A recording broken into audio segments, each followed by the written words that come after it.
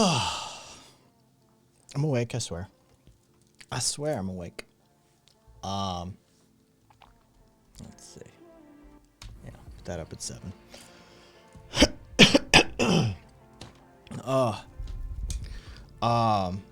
Hey Cassidy. Yeah. I've been up for a little bit, but I just chugged that fucking protein shake, so my digestion is sapping some of my energy at this moment. So it's just sort of like, ooh. Yeah. Did some core workouts and drank my protein shake, and now I'm just sort of like, oh. Just doing a real little reading on Machno just a bit ago.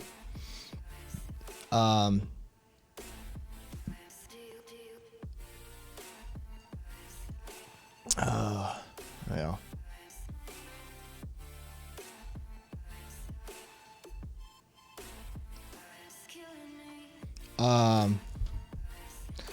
Some dude on Twitter. Academics, teachers, social workers, engineers, managers, nurses, Netflix writers, and podcasters are not working class. Income is not the indicator of class.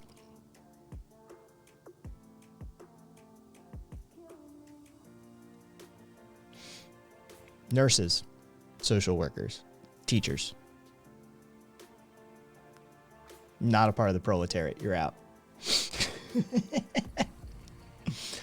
I don't know. Like,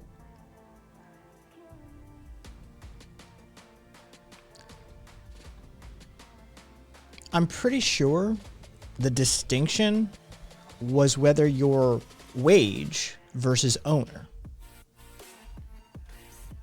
Right? Like, wasn't that always the distinction? That's how we define working class, as the ones who work as opposed to the ones who own. But hey, the fuck do I know? I'm just some fucking anarchitty, right? Oh, these fucking people. You know what? I'm gonna get a B12. I'll be right. Since everybody's getting beer and shit, I'm gonna be right back.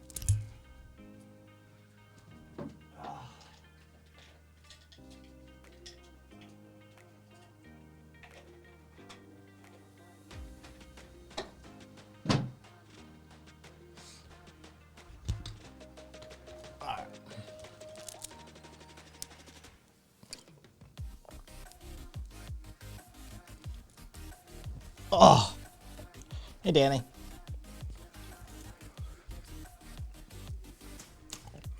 Get some B12 in me. Counteract the fucking digestion shit. I don't know who saw this. I put it up on fucking Discord right before like show start, basically.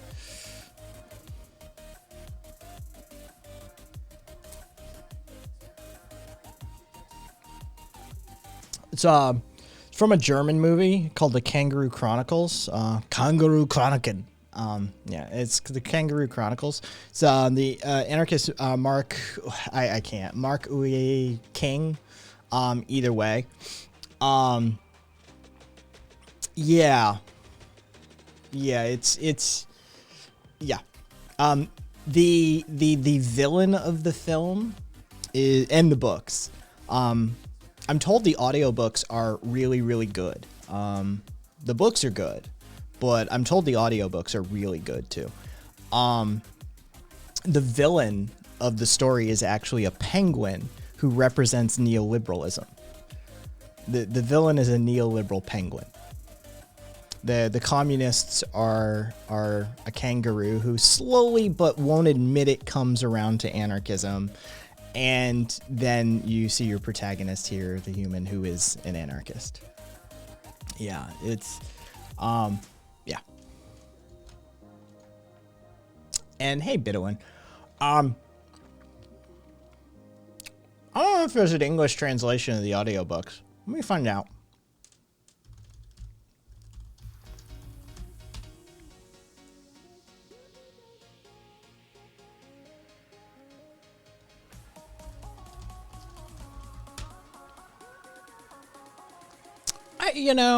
I'm okay. I'm okay, Bidowin. Okay. How about yourself?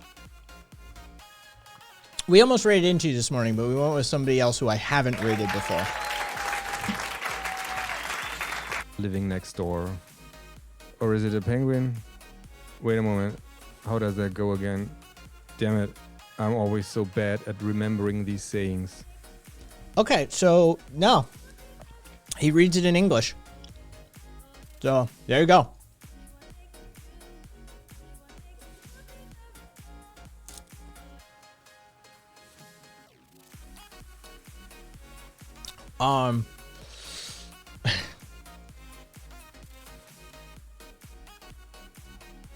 And Crix, it was actually a decent stream.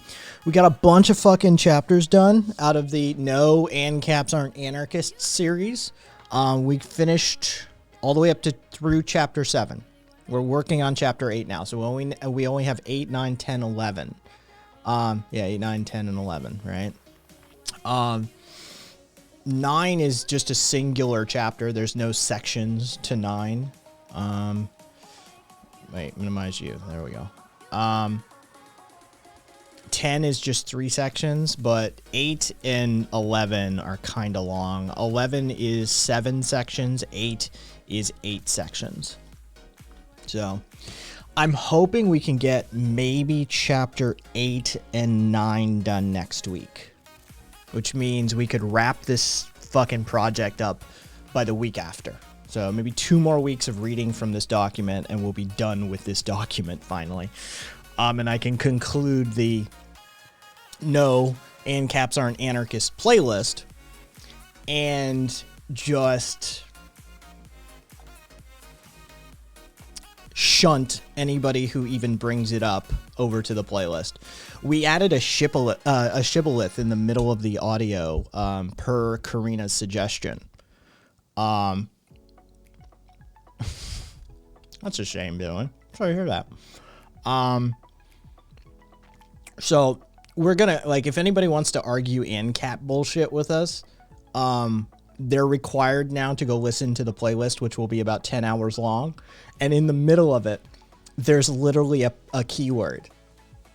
Like, there's a shibboleth. And so they're required to return to us with the shibboleth before I'll fucking argue any ANCAP shit with anybody. Go listen to the series. Come back. Tell me the password. And I'm not even going to prompt them with that. Come back and talk to me. And if they come back and say they've listened to it, if anybody actually takes that bait, we've got a password in the middle of it somewhere. Bidowin, I can hook you up with the playlist. Basically, it is, here. Here's the playlist. It is No ANCAPs Aren't Anarchists.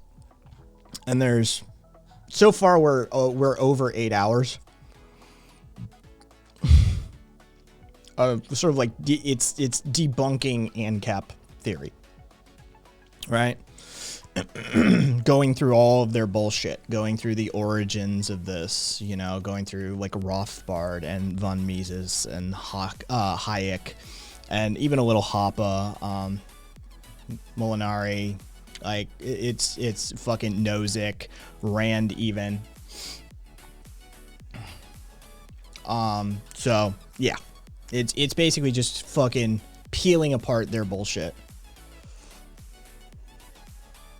Oof, caboose, that's rough. Bidowin. And it's not even, there's, hang on. 8, 9, 10, 11, 12, 13, 14, 15, 16, 17, 18, 19, 20. There's 20 more videos to be done. There's 20 more to be done. Yeah. I'm sick of it, man. I'm fucking sick of it. They're not anarchists. They never will be anarchists. No anarchists around the globe consider ANCAPs anarchists, except the fucking ANCAPs themselves, and they're arguing in bad faith, and their own people fucking prove it. So, yeah. I'm doing it once, and I'm doing it for good, right? Oh, dude, it's a nightmare. You know they're anti-empiricism, right?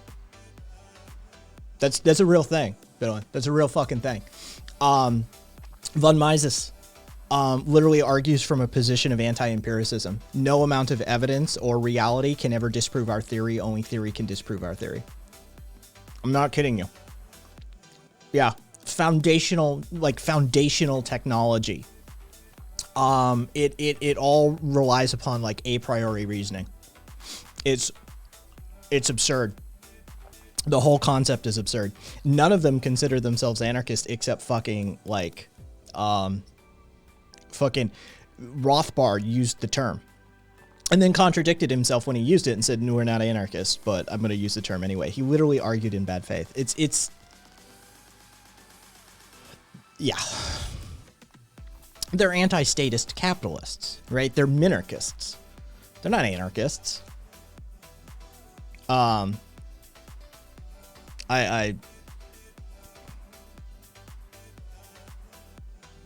yeah, it is fascinating to like peel apart the layers of just like bullshit.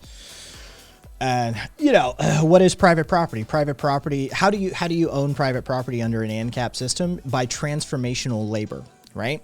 So if I put a fucking fence around you, that is my property with absolute rights.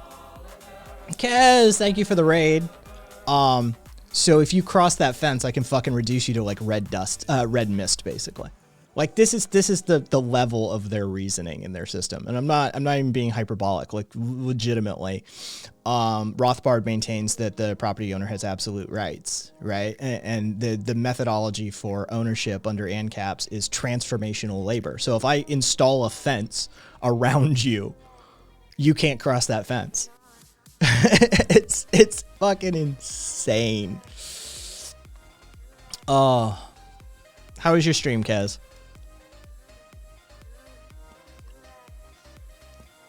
There's a small clip. Apparently, they're still pinning stuff on George Floyd Square. What?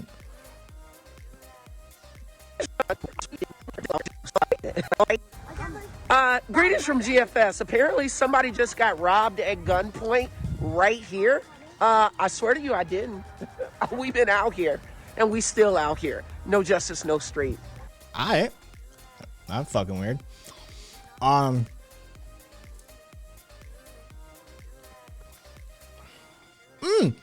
Fun fact, though, Skeptic, not really. Because under ANCAP logic, you can extend the logic all the way to chattel slavery, up to and including breeding houses and a market for child slavery. We have an entire chapter on it. We have like multiple sections on it in the playlist. Yeah. They don't include that. Yeah. Been there, done that, covered that topic.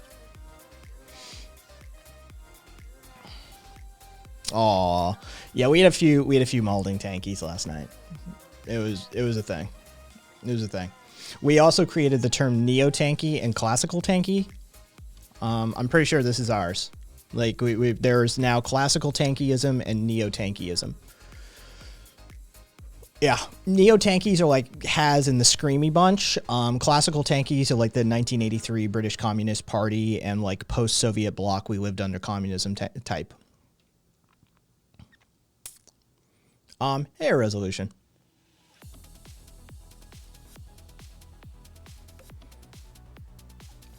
Let's see. Oh. Hey, if let them return. I always enjoy molding tankies.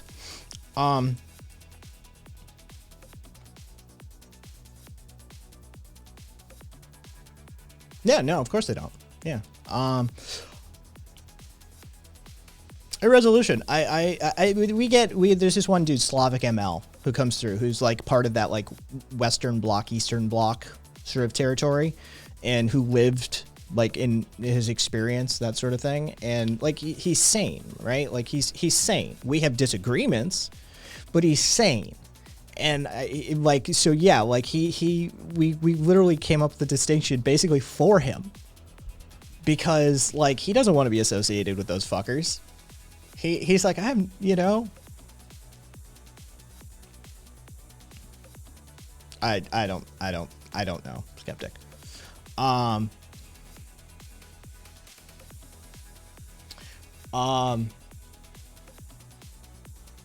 girl Brittany's free.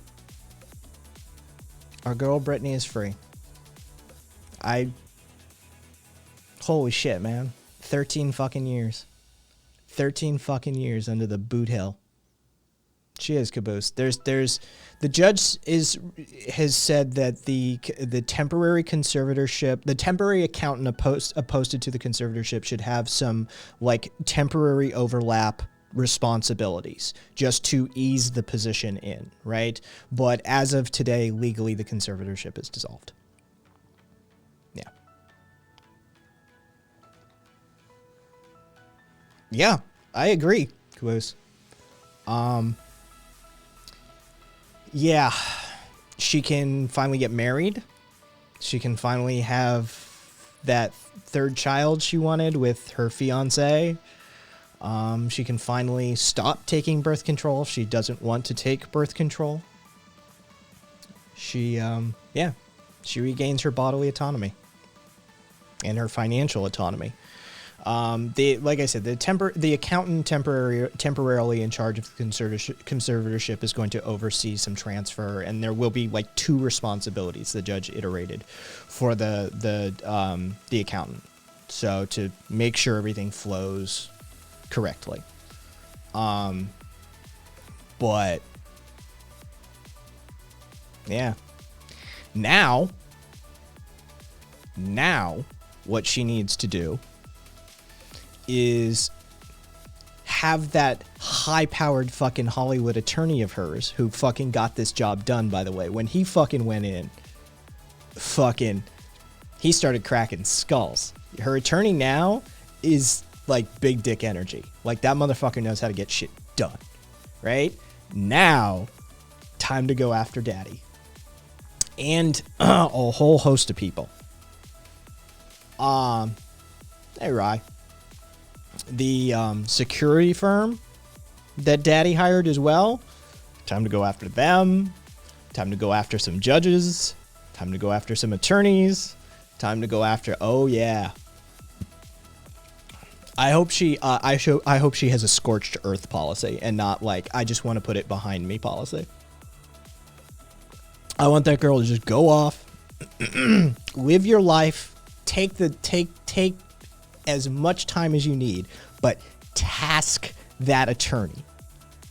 Tell him, I want blood. I want fucking blood. I want an ounce of blood for every $1, right? Like I want blood. Go. I'm going to be taking my well-earned vacation.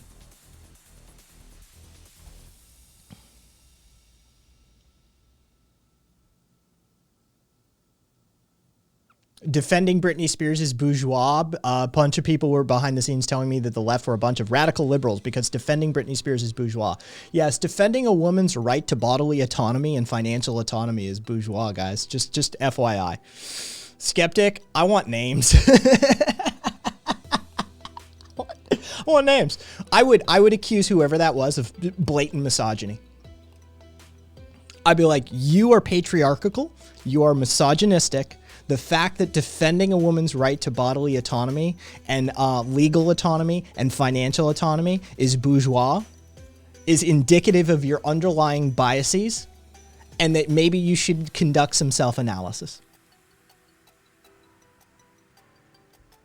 Cool. Skeptic. I look forward to it. Yeah. I'd fucking call him out hard. I'd straight up, you're misogynist. What? You hate women. You hate women. Yeah. This has nothing to do with class. This is the fact that we're defending a woman. Oh, it's nothing to do with women. It's because she has money. Really? Is it though? Oh yeah, I'd fucking hit him with that club over and over and over and over until I started laughing my ass off doing it. What do you think of the current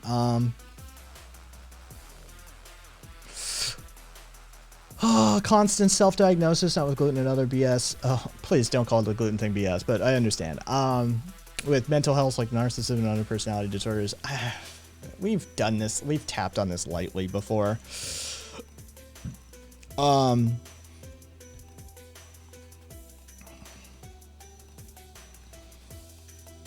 There's a phase in which you sort of like you're unable to access medical care because medical care won't come to you, especially in America. And a certain degree and level of self-diagnosis, like I think this might be wrong with me, right, is necessary. I also think that giving yourself full-blown pathological diagnoses, sans clinical diagnosis, is problematic in a lot of cases.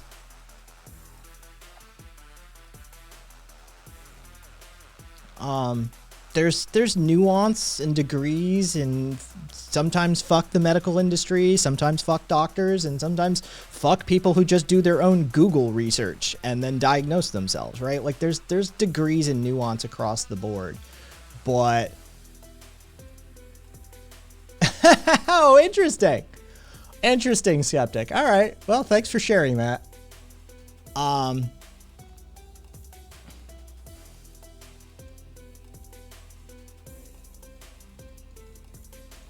Solurial, Zero, Zero, is Britney Spears not a human being just because she's a celebrity and she made money from blah, blah, blah, blah, blah, right? Like, isn't that, like you said, the backbone of leftism, like the solidarity aspect of, like, yes, even though you may be our opposition on the right, even though you may be the enemy in the moment, we still recognize you as victims of this system as well, right? Just because you are a misogynist doesn't mean you're not a victim of the patriarchy as well. You need you need educating, you need detoxifying from this ideology, right? Does Britney Spears lose her humanity because she's an element in that system? Right? Does she lose her right to bodily autonomy because she's an element within that? Is that their argument? Like, legitimately, like, that seems like that's the argument, is like, well, Britney Spears is a part of the, like, Hollywood media complex, and she's a multimillionaire, therefore any defense of her is automatically a defense of the bourgeois. It's like, is it? Do you have that lack of nuance in your understanding of arguments and of theory? Yeah, oh yeah, Zero. I mean, I get, like, I'm just riffing off what you said, right? Like, I get where you're coming from, but you know, yeah.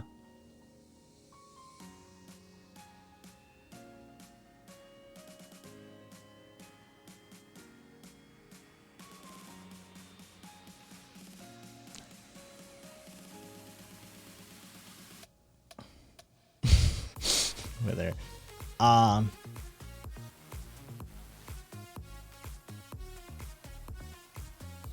He left my community because of radical liberal tendencies and ableism. Oh. I forget what we countered him with. He's such a fucking footnote. I don't even remember. Yeah. I remember who he is, but fuck me. That's it. Yeah.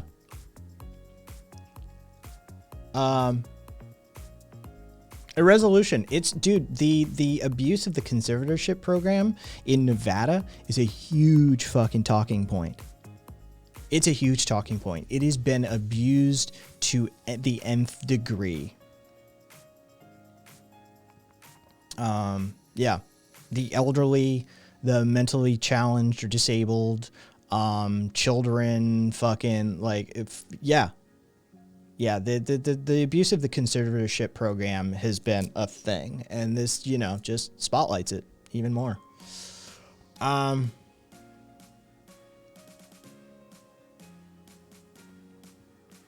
agree, Kez. I agree. I 100% agree. We've gone through examples of men that have been way more unhinged, way more unstable, way more addicted to drugs, way more exhibiting far more tendencies of mental instability and like potentially like, you know, mental illness or mental health crisis than Britney ever did. None of them were put under conservatorship. Yeah. It's yeah.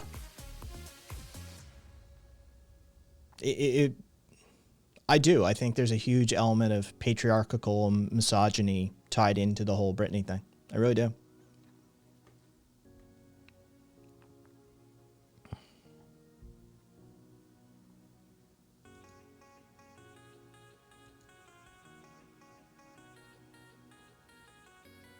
I'm okay with that. For twos, yeah. Oh, here a person in Poland. A person is a ward of the state and it's time limited by design. Nice.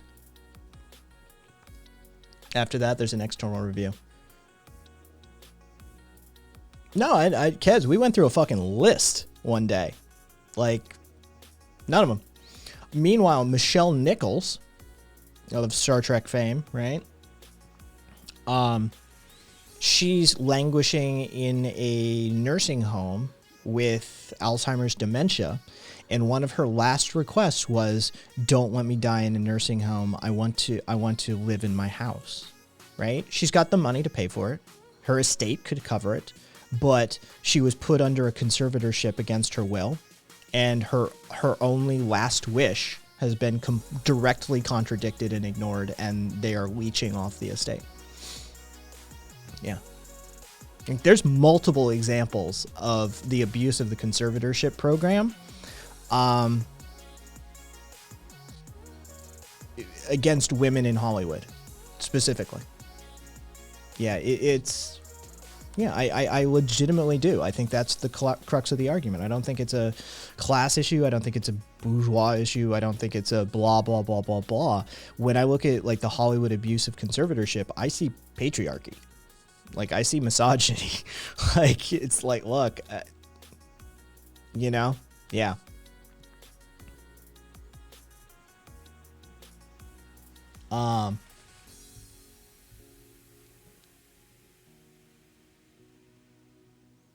It is get Britney's lawyer for Michelle. Oh, that would be, dude, he needs, yeah.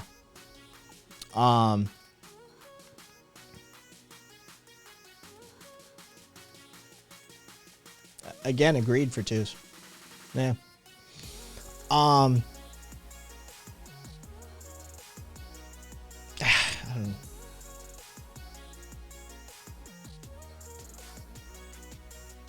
I was having a conversation on Reddit one day, and this woman was unable to get tested for a full complement of STDs. Right, she was unable to get a full STI workup, and I started talking to her back and forth. A few people were involved in this thread, right? She's like, I can't get a full STI workup. I've been to 2 different doctors and they refuse. The first one straight up said, well, you shouldn't be sleeping around, so you don't need it. The second one, if I remember this correctly, if it's correct in my mind, told her to her face, a proper woman wouldn't need this STI check.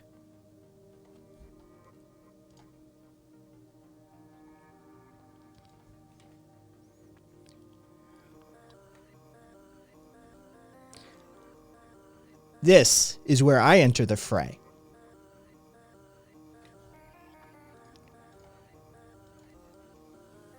I said, oh, because as a gay man, I can get any STI check I want. Because they expect all of us to be Look, I am a fucking slut. But they expect all of gay men to be sleeping with literally everyone. I said, I can get any STI check I want. Ordered like that. I can get the full complement. I can get every fucking last thing, even rare versions of things that you probably wouldn't have. Yeah, no problem. They'll order it in a heartbeat. So because I'm gay. And yeah, spawned this entire conversation thread, like between these two women and myself, basically spawned this entire thread of conversation. There was just massive fucking chain of people like, oh, this is fucking, yeah. I'm like, yeah, oh yeah, there's two sides to this coin that you can look at immediately, right? Like the women aren't able to get their STI checks because proper women wouldn't need an STI check. Meanwhile, the gay dudes are just assumed to have everything, therefore test them for everything. I'm like, yeah. I was like, yeah, it's the same coin. It's just the two sides of it. That's all.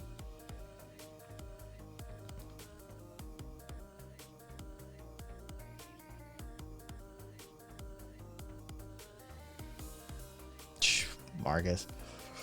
But when she definitely got the wrong doctors. Unfortunately, a lot of doctors are the wrong doctors. Formal FML Panda. Thank you for the follow.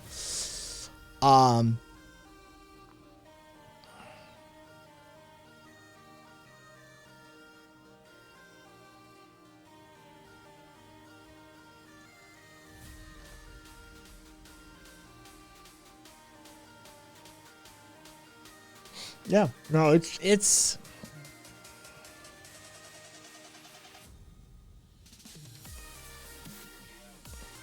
yeah, but last time I got asked to get an STI screening, I had to call twice, and the last person I talked to just mumbled a bunch on the phone and hung up. Didn't get it until I went in for testing on an unrelated issue. Yeah.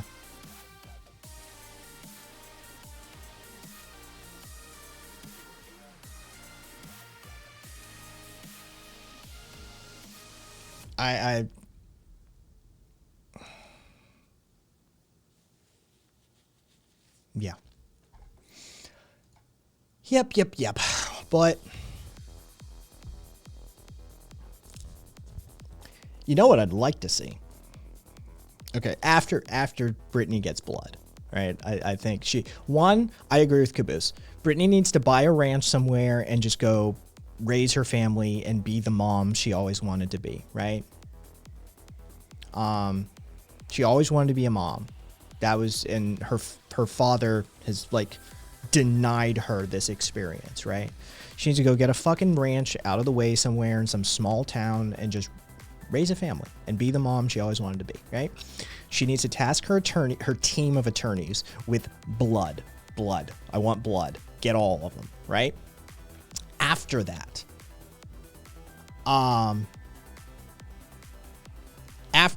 what I'd love to see is Brittany launch an anti-conservatorship campaign. I would love to see Brittany spearhead the dismantling of that institution. Like, absolutely fucking dismantle it, right? Like, become the face of that. Like, just absolutely just rake it over the coals and reduce that to nothing but rubble. That'd be a hell of an arc. Yeah. Not only am I going to fucking crawl out from under this bullshit and seek vengeance against those who did me wrong, I'm going to destroy that system. That's the kind of bad bitch shit I would expect from somebody like Britney Spears, quite frankly. It's like, I'm gonna do some damage now. Fuck you. All right? Take your time off. You earned it. But in, 10, 15, 20 years when your kids are grown or some shit,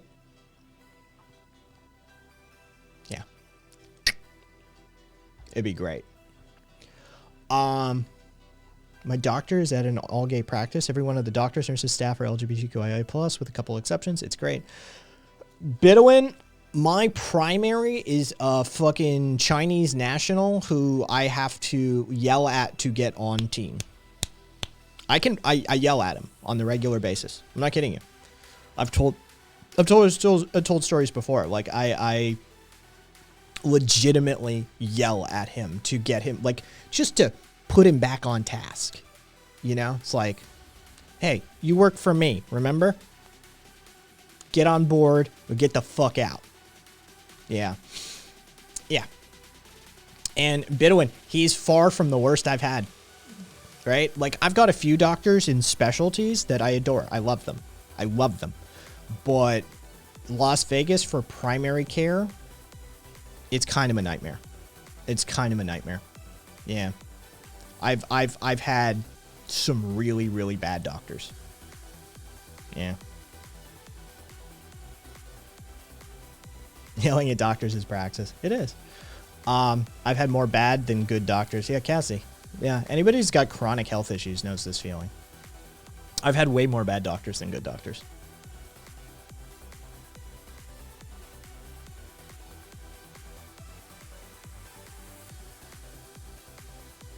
Wait, Karina, what are you talking about?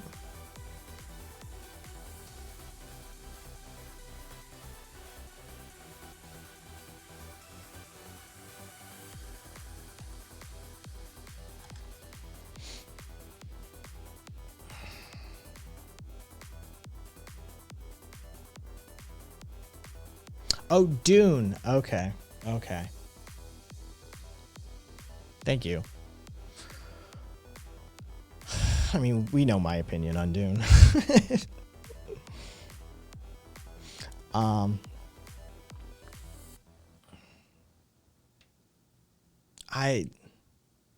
I'm telling you, when she turns and looks right down the barrel of the camera and fucking, it's only the beginning. I just about fucking like laughed hysterically.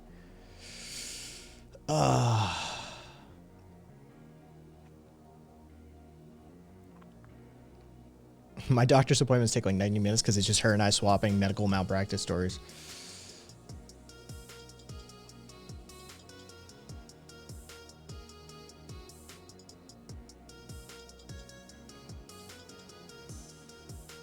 I mean, my issue with Dune isn't that I don't get it. It's just I don't like it. Something about the aesthetic.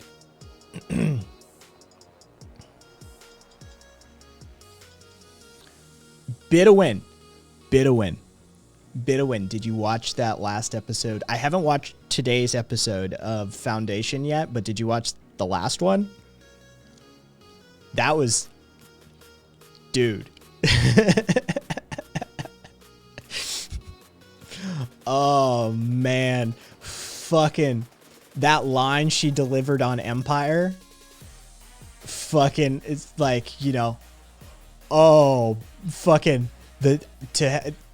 I wouldn't wish that on anyone. Oh, yeah. And then you get to see the real version of what happened. Oh, that's the cosmos confirming for you, right? That's literally the universe itself fucking saying, yeah, you're a piece of shit. Imagine God coming down and looking you straight in the eyes and being like, no, I just wanted to confirm for you. You are, in fact, a terrible person. Right? Like, holy shit. It was a very good closing scene. I was like, oh, that stung. Yeah. I'm happy with it as a series. I've already divorced it in my head from Foundation. Right? As far as I'm concerned, it is in Foundation. And I'm okay with that. It's based on a true story, right? It's based on Foundation, right? Inspired by Isaac Asimov's Foundation, right? Okay. I can live with that. It is... Oh, tech support. It's worth watching. It's worth watching. Honestly. It's good. It's good. It's just, if you're a fan of the original Foundation series, don't expect the original Foundation series. That's all. That's just know that going in. It isn't Foundation. But I don't even consider it like an adaptation. Like I said, I legitimately consider it like, based on a true story, inspired by, right? It's not Foundation, but that's okay because it's good. It's good. And if you it's good. And yeah, that was a great scene. It was.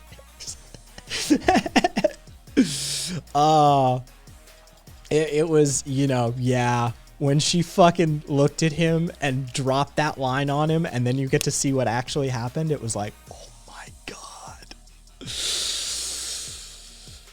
That's rough. Yeah. I would, yeah, it was very well done.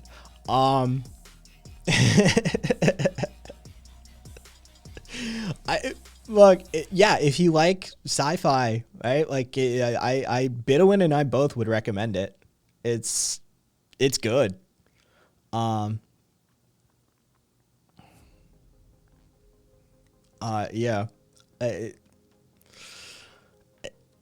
Yeah, it absolutely says Bidowin. Yeah, it's good. It's good. It's well acted. There's a couple of I'm okay, Kaz. I got issues, but it's well acted. There's a couple of but I still, dude, Bidowin, every scene with the Huntress. That actress is amazing. The fact that she was able to make me hate that character right away. I despise that fucking character. That actress is killing it. She's fucking nailing that character. She commits. She does.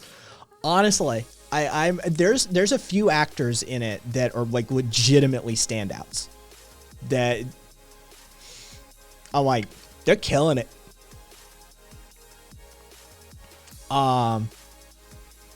Yeah, and I mean, tons of political intrigue, grand science fiction spanning thousands of years for the story, right? It's a big story. Yeah, and lots of philosophical sort of underpinnings, if you know what I mean. Some of them beat you over the head, but also there's some really subtle ones as well. Harry is as dislikable as he is in the book. They're getting him there. They're getting him there. I don't think. Yes, it is Kubra Sate. That is her name, Cassidy. I just checked. I don't think Harry started off as dislikable as You know what? Maybe the progression is just as equal. Yeah, they're getting him there. He's I don't think he's as dislikable yet as he ends up being in the book, but I think the progression maybe is appropriate. He's way more Machiavellian early on in the original story though. So I think they're a little bit behind on making Harry as dislikable as he should be. I think we should hate him a little more, but he's starting to really it's coming out. Yeah.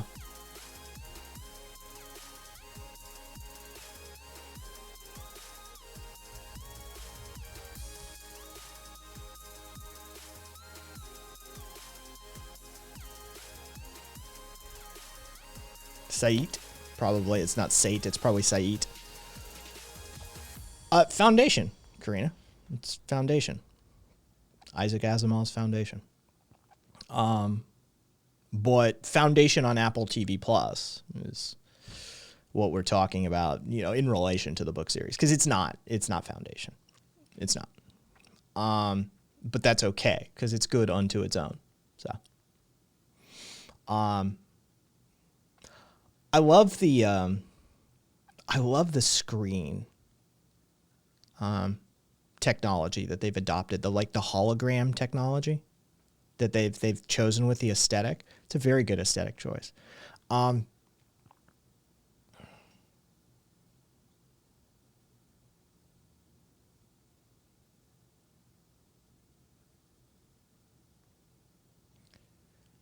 There's an awful lot. I don't know. I'm just going to insert some words here, but there's an awful lot of Harry early on. Then his arrogance asserts itself, making him less likable. So you're probably right on the with the progression. Yeah, I think the books.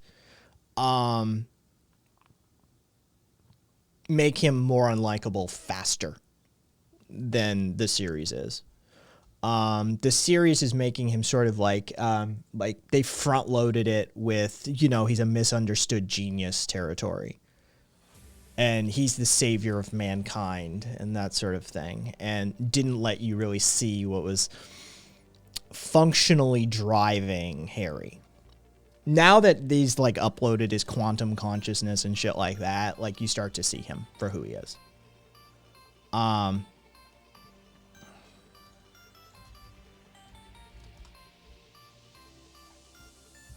have not been following it, Kez.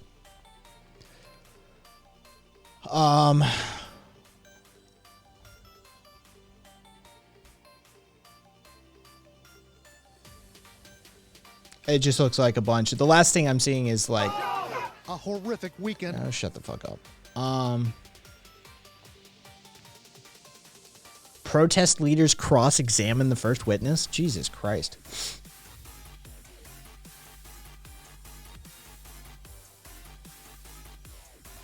Are they doing their own defense? This sounds like they're doing their own defense.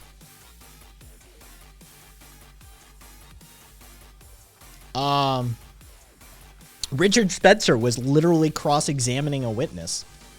Astral, yeah, they are. Okay. That always goes well.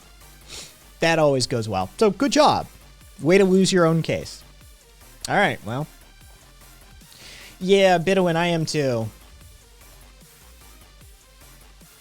I don't know who told him it's a good idea, Cassie, but I'm grateful. Yeah, let him think that's a good idea. Yep, something full for a client, says the attorney. Marcus is a fucking lawyer.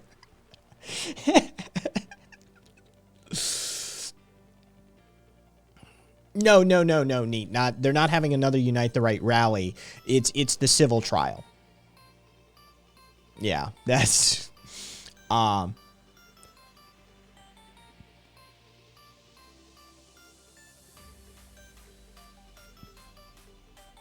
yeah, that's fucking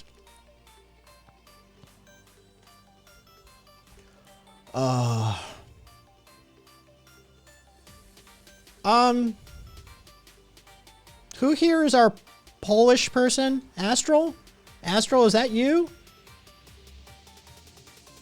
We've got somebody in community that's in Poland. Death to Jews? Polish nationalists shout at a rally while burning books about Jews in Poland? Do we need to send, like, somebody over? Is there, like... is this, like...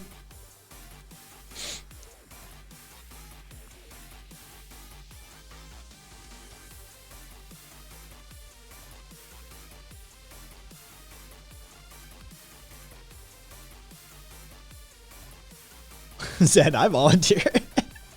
Like, holy shit. Book burning Thursday at a rally in Kalisz? K-A-L-I-S-Z. Fucking Polish. I just can't with Polish. I'm sorry. A city of about 100,000 inhabitants, situated 120 miles southwest of Warsaw, was part of a series of nationalist events on November 11th, National Independence Day. Videos and eyewitness accounts on social media show this name I'm about to copy and paste into chat because I'm not about to try and say that name. Thank you, Poland. A far-right activist lit a red-covered book that was meant to symbolize the statue of Kalisz. The document, issued in 1264 by Prince Boleslaw of the Pious, regulated the legal status of Jews living in Poland and afforded some protection through penalizing attacks on them. The statute served as the legal foundation for relations between non-Jews and Jews in Poland for centuries later. He poured flammable liquid on the book that had been skewered on a sharp metal object and lit the book on fire as the crowd cheered and shouted "Death to Jews." Some chanted "No to Poland, yes to Poland," "No to Poland, yes to Poland." Poland being both the Hebrew language name for Poland and the name of the main Jewish museum in Warsaw.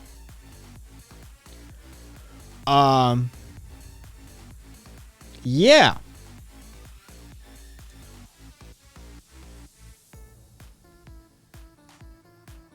Oh, and you saw that the fucking, speaking of, while we're on the topic, hey Viva, the Virginia like board members who are advocating burning books here in the US, like, anybody catch that fucking headline?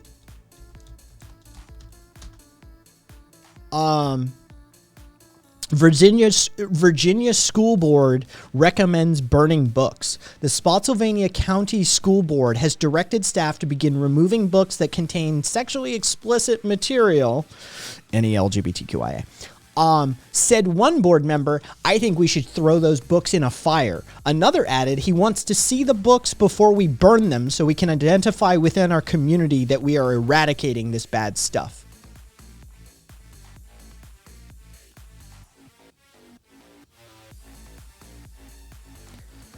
All I'm telling you, look, student of history, when they start burning books, put your head on a swivel. All right? Shit gets real when they start burning books. It'll be fine.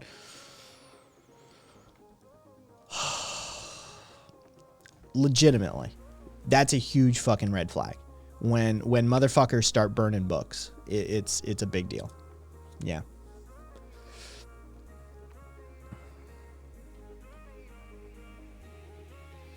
Fortunately, the neo-Nazis are small enough. The FA is already on it. That's good.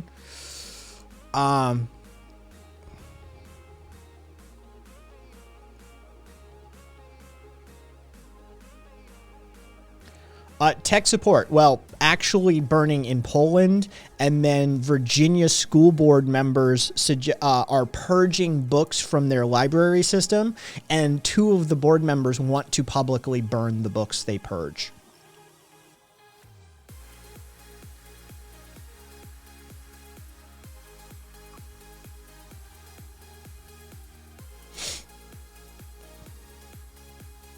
Yeah.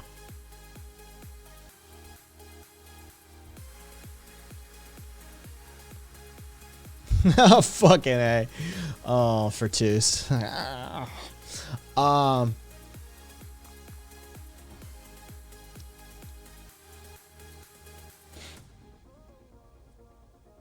Good to know, Astral, but still.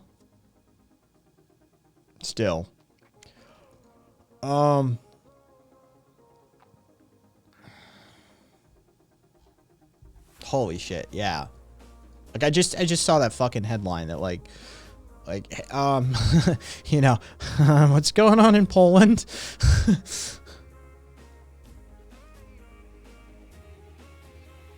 Oh yeah, tech support.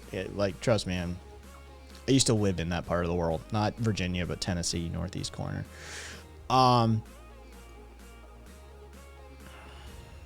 But apparently the Newfies are having a moment too. You know what? Hang on, let me try and find it. It's supposedly sexually explicit literature, which is just code for LGBTQIA stuff, right?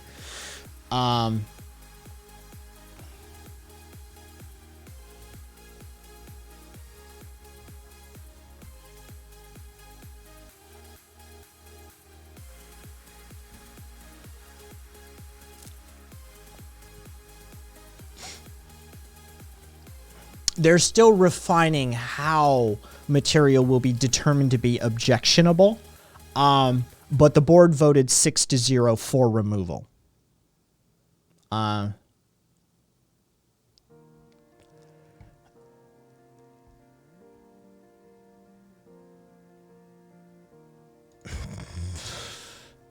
Apparently one of the books that kicked it off was 33 Snowfish. Quote, named Best Book for Young Adults in 2004, it's a dark tale about 3 runaways who understand hatred and violence better than love.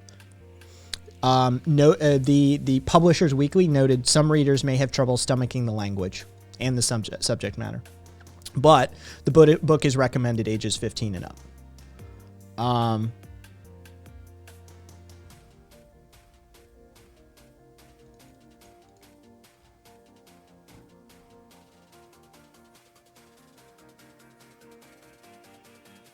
There it is.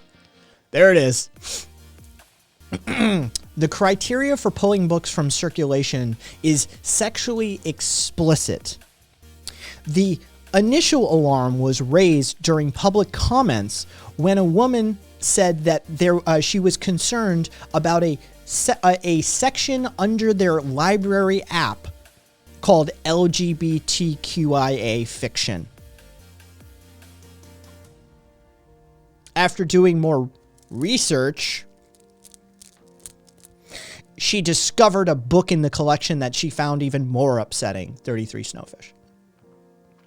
So yeah, like my initial hypothesis, sexually explicit is just code for gay.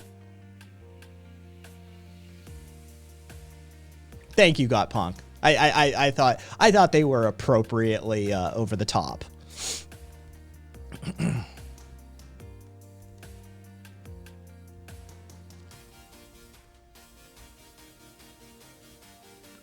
I mean, I was assigned some fucking heteronormative bullshit that it, like, literally drove people to commit suicide.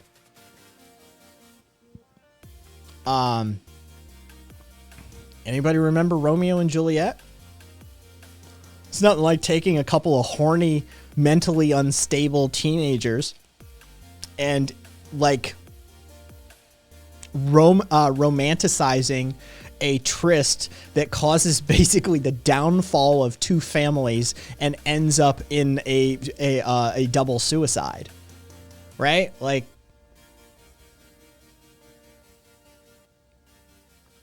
it's a great example of a stable relationship to be giving children, right?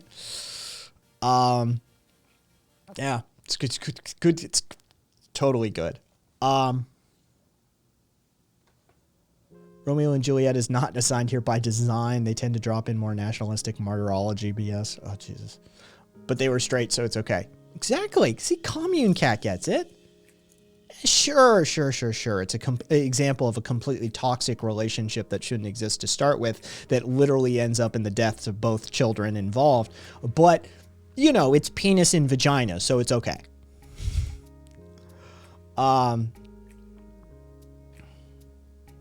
Fair. They want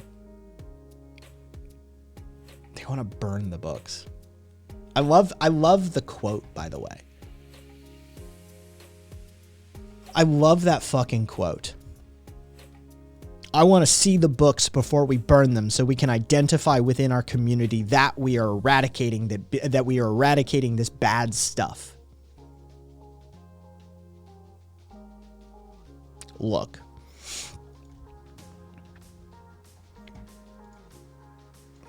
I'm going to talk about something now. And I'm going to clause and couch and back up. All right? All of this is for the purposes of a hypothetical political discussion. Explicitly, I'm going to state in no way, shape, or form am I advocating or supporting violence in any form or fashion. Okay? Where does the discussion start about the LGBTQIA community protecting themselves against possible violent outreach? These individuals are associating gay books with bad stuff that needs eradicated from their community, and they are doing it by means of fire, or they're advocating of doing it by means of fire. They want to literally symbolically burn the gay people. Where does this conversation start? I'm not going to be the one to necessarily start it, but holy motherfucking shit, y'all. This crazy fucker is burning effigies of gay people, basically. Or wanting to. and he's in charge of like educating children, or he's in charge of the people who educate children, right?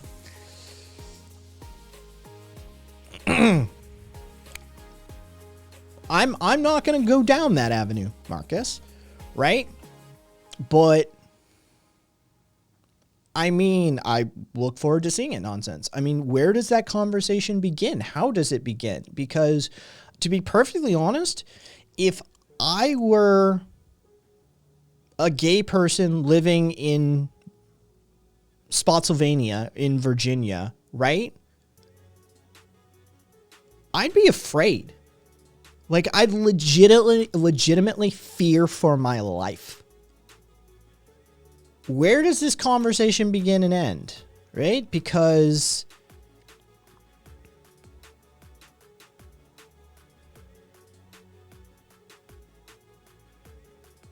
that seems like a clear-cut case of self-defense. That's sketchy as shit, y'all. This motherfucker is literally equating LGBTQIA accoutrement books talking about the life experience of gay kids and gay people with bad stuff in our community that quote unquote needs eradicating.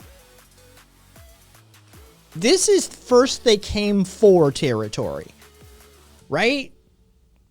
Like, legitimately, this is first they came for territory, right? This is they thought they were free stuff. That's a huge fucking red flag for me.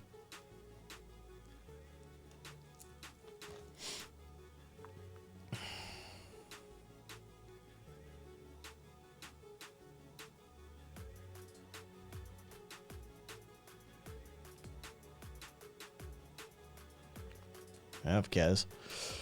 I love that when I shed 6 people just by doing that. Fucking love it. That's a huge fucking red flag for me. Like, I wouldn't live. I'd get the fuck out, right? Like, I'd get the fuck out. Like, if you're gay living in that town, living in that county, living in that state, get time to GTFO. Time to GTFO. But if you can't, then I would most assuredly have a CCW. I'd be packing 24/7. 24/7. When the rhetoric in the community starts using the terminology of eradicating bad stuff surrounding your identity, your person. Yeah, that's homie, don't play. Shit just got real.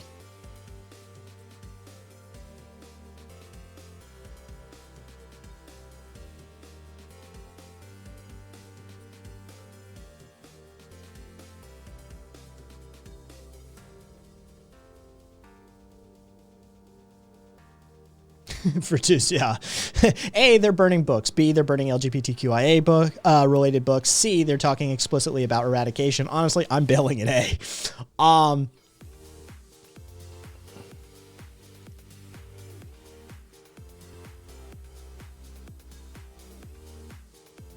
Interesting, Kez. All right. I may need to, like, we're fine around these parts.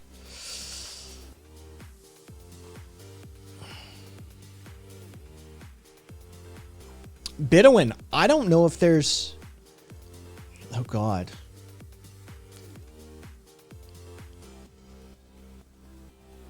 I don't know how much discussion there's left to be had, Bidowin. Right?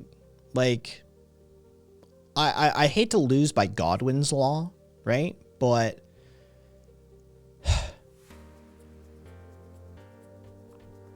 Oh, I know what's happening, Kez.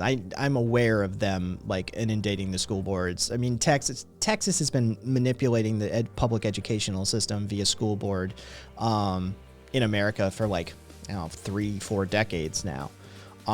But thank you.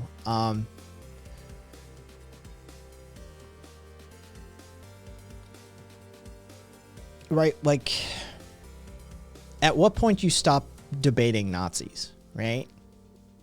Like real Nazis, right? Right, the like real Nazis. Right, like there came a time that you're like, okay, they're rounding people up, right? Like, do we still have philosophical conversations with them then? Do we still debate them then?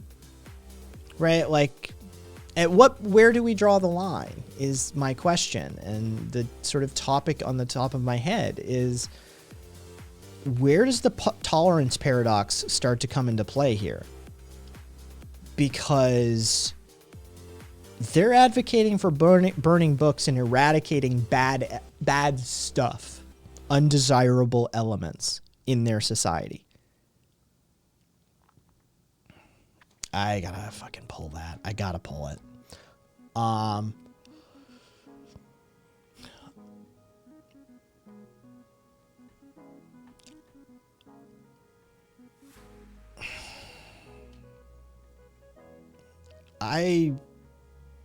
I think the time for discussion is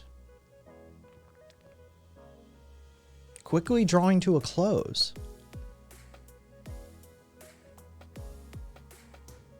Bidowin, I think there's still time to talk, but not in all cases, not in all places.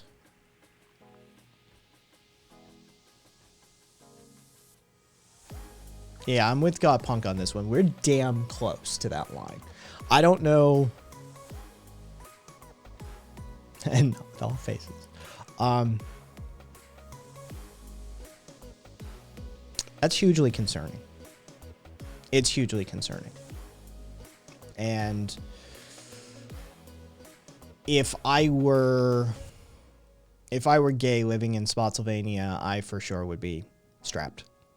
Yeah. 24/7. That's if the community is supporting that rhetoric, 6-0 the vote went, by the way. I'd won GTFO, but if you can't, I mean, you left no other option. The U.S. looks like it's headed towards balkanization, doesn't it? I don't know how we rectify these issues. How do we come together on this? You know what? How did reconciliation work for the Germans? Right? Like, how did that work across Europe? How did y'all, like, have a fucking Nazi in the family and then have somebody who was part of the resistance and it never worked? Oh, okay. That's all right. Well, then that fucking explains that.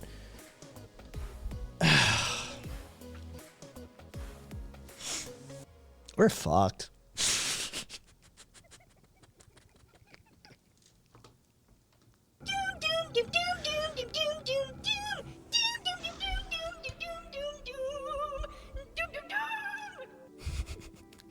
That's all I got at that point.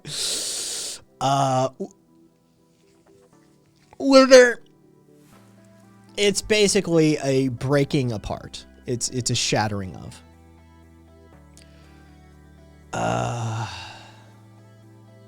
Yeah, Kami and I adore Invader Zim. Fortus, they hung the worst of them, kept most of the dickhead administration in place. Great. Oh, yeah, we're headed towards balkanization. I mean, how do we rectify those issues, right? One group legitimately believes that these people, that this element of society, these people are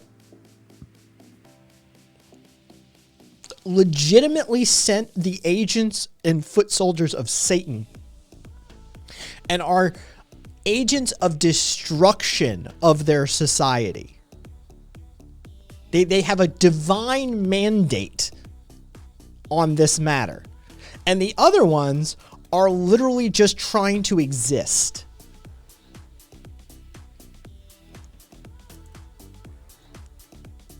No, I have not. For twos.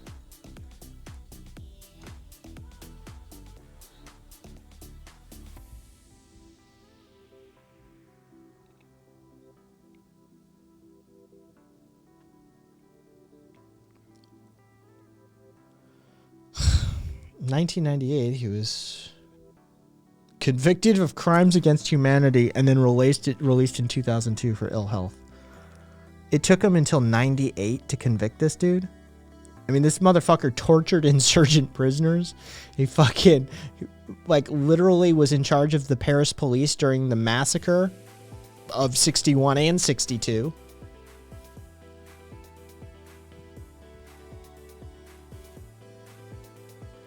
He disappeared people.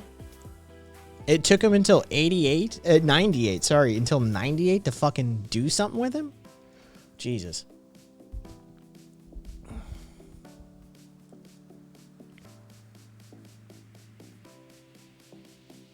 Kez, I don't, not with the current Supreme Court. I mean, it would get fucking upheld at the, like, federal level.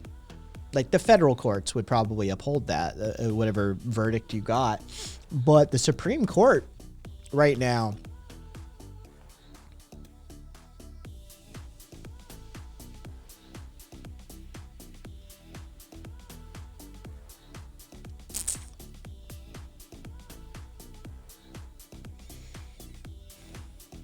if you're gay, get a gun.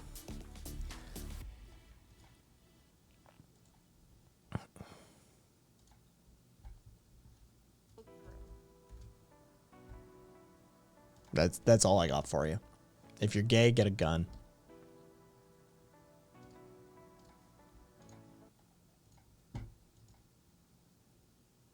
Through. So kids every single day, and being in theater, there's obviously that stereotype that everyone in theater is gay. And yeah, you can say that it's pretty true because a lot of us are gay and it's somewhere where we can be comfortable. And that's a safe space. But when kids are coming to theater every single day telling me, oh, I got called a faggot in the hall today, or I got called a racial slur in the hall today, that's not something to, you know, joke about, though it's become something that we're so numb to that it becomes a joke. So I think it's important to understand that, yes, everyone is protected at the school, but being someone who is Caucasian is not something that you're getting bullied about. Nope. Keep going, please. Being homosexual, which, may I say, I am gay. Call me what you want about that. I am being personally attacked in school about this. I'm asking you to refrain. Extremely disgusting that you can look me in the eyes and say that I'm not being oppressed at the school. Sit down. You will be asked to leave. Please sit down. This has to stop. This is the indoctrination. We are going to ask for a There it is. No such thing as a gay agenda. There is no such thing as a... Oh, they've muted the entire session at that point. Yep, it's all off record at that point.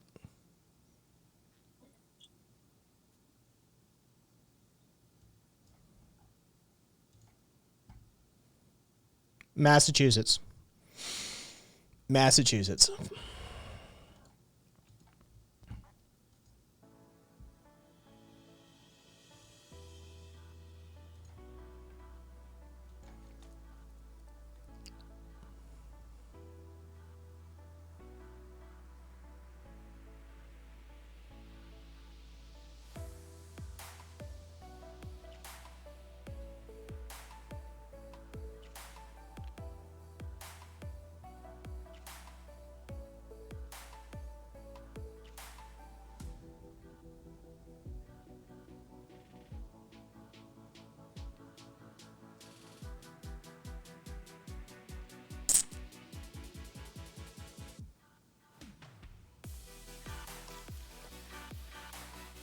Maybe it's time for another Stonewall.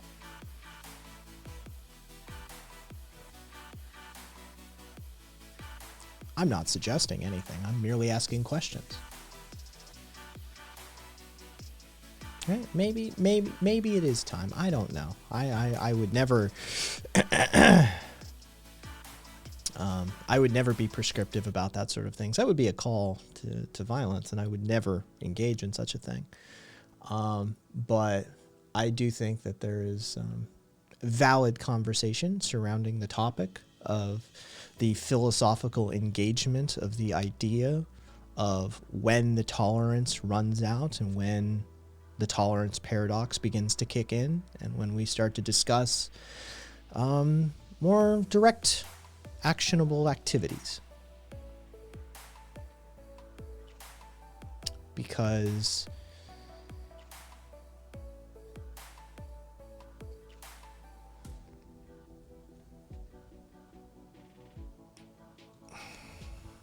that person speaking, yelling in the background, yelling that this is the indoctrination,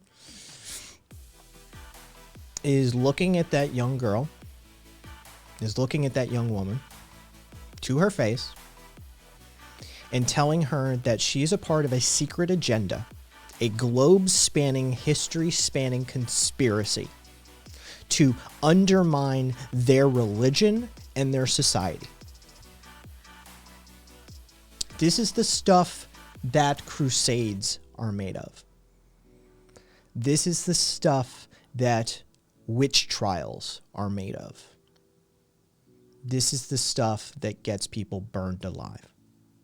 This is the stuff that gets people tied to fences and left to suffer the exposure of elements and die. This is the stuff that leads to people being drugged behind pickup trucks across county lines.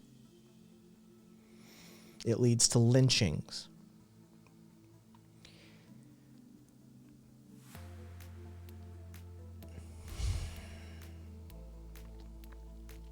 That's super concerning.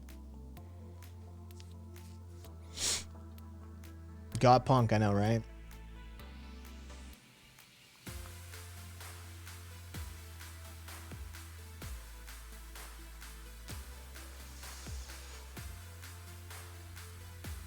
Karina, they've already thrown the stone multiple times, and the gay community didn't react. Oh, I know. Whether the like 5 BLM leaders or the 5 BLM, was it 5? May have been 12 BLM participants that ended up strung up over the course of that year. Yeah.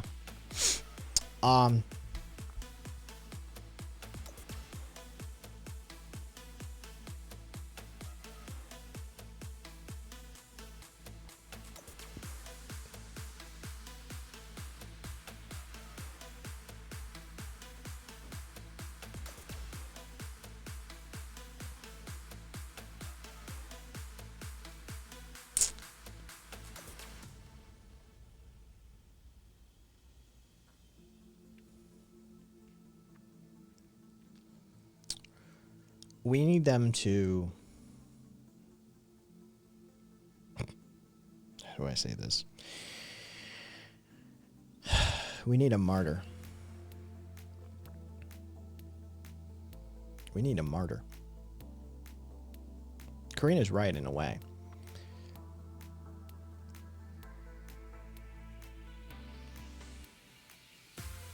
We need them to cross the line again. They've done it many times. But, yeah, we need a galvanizing incident like George Floyd. We need somebody. And it's fucked up that I even have to say those words.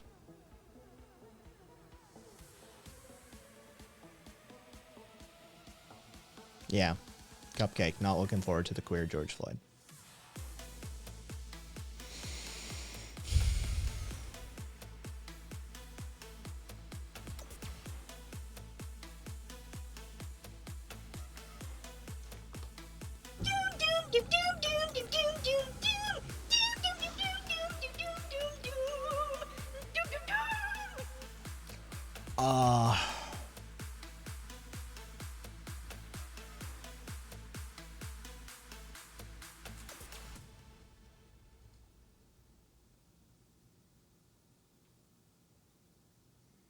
Do we have a source on that with her? Like, I'm not doubting it. I'm just, do we have a source?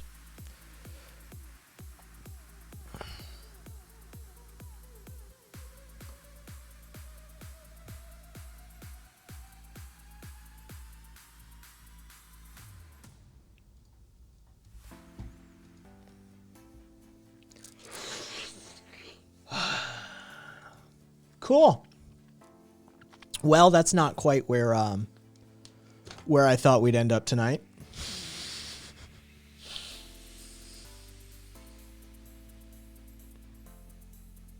I almost feel like I need to do a stream on fucking BitChute or DLive or some shit. Just one. Just one. For the photo, the black college student. Oh, there. Just one. Just to be able to say what we're all thinking. Once. Yeah.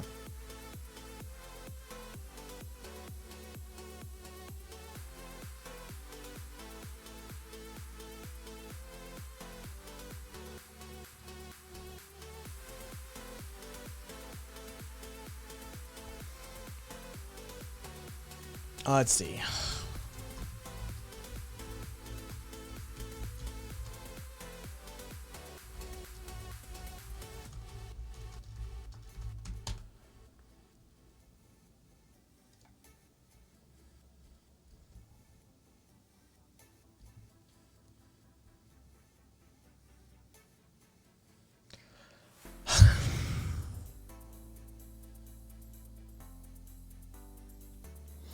Albert N. Wilson, a former University of Kansas student, has been sentenced to 12 years in prison and a lifetime of probation after being convicted by an all-white jury of raping a white teen girl. Apparently he this is a he said she said. He says he only kissed her. She was 17 at the time, he was 20. He said he only kissed her. She claims rape.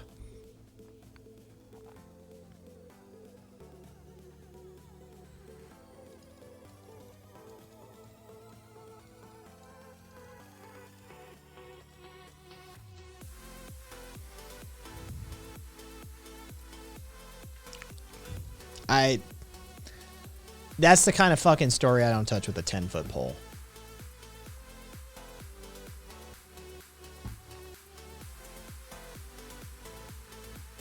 Lowest end of Kansas sentencing. Of course, it's Kansas. Sentencing for guidelines for rape. While in the bar, he's accused of lifting up the victim's skirt.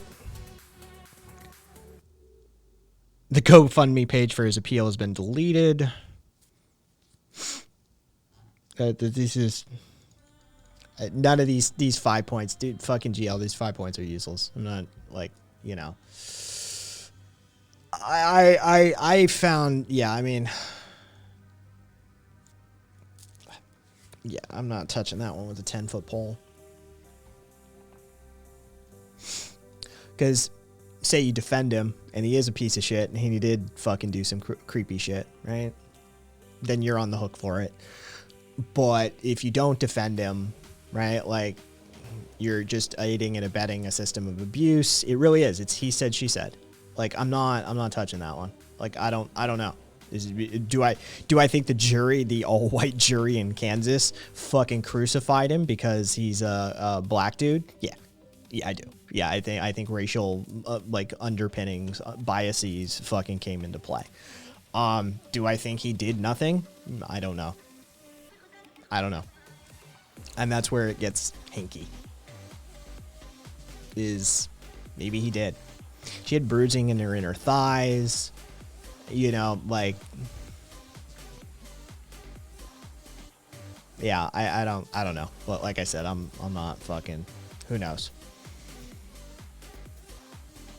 Yes. Meanwhile, Brock Turner, fucking Brock Turner. I love that nobody forgets Brock Turner. Fuck that guy. Brock Turner rapes a girl behind a dumpster and gets a slap on the wrist because he has a bright future, or whatever bullshit excuse he got away on. Yeah, Kez.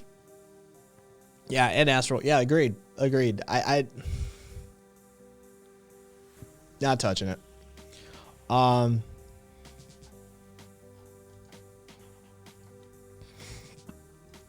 Jesus.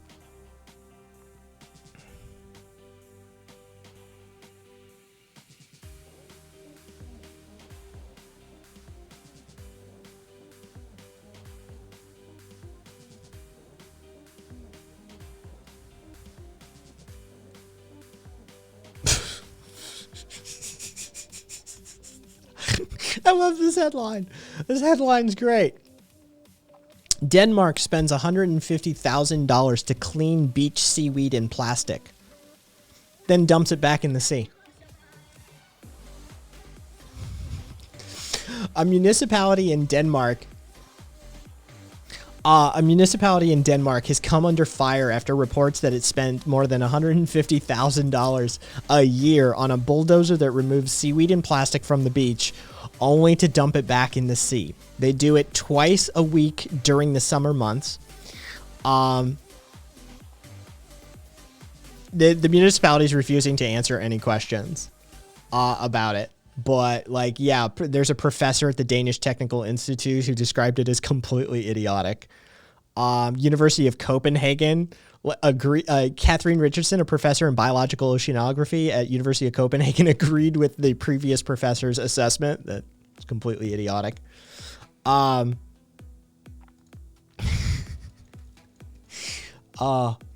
A video released by DR appears to show the bulldozer driving a few yards into the water before dumping its contents back into the sea. So they literally just take a bulldozer up and down the fucking beach and then just right into the water's edge and dump the contents.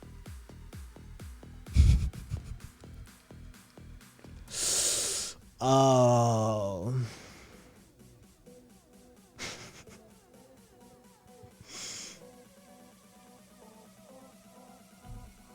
Basically neat. Basically. God, fuck, I thought I was dumb. Oh, it's like the fucking Fertus. It's like the rubber duckies. Why have here? Let me put it on air. Let me put it on the screen so you guys can see it. Why have Garfield phones been washing ashore in France for 30 years? Mystery's been solved. I'm guessing it was like some sort of like freighter or some shipping container that went overboard like 30 years ago. Some shit like that. There it is. Metal shipping container stuffed with Garfield phones tucked in a deep sea cave. Yep. I mean, there's limited answers, right? Like there's limited answers as to why fucking Garfield phones could be washing up on a French beach for 30 years, right? It had to be a container full of them somewhere, right? Like that's just how that works. Oh yeah, commune. It must have been a religious icon of some sort.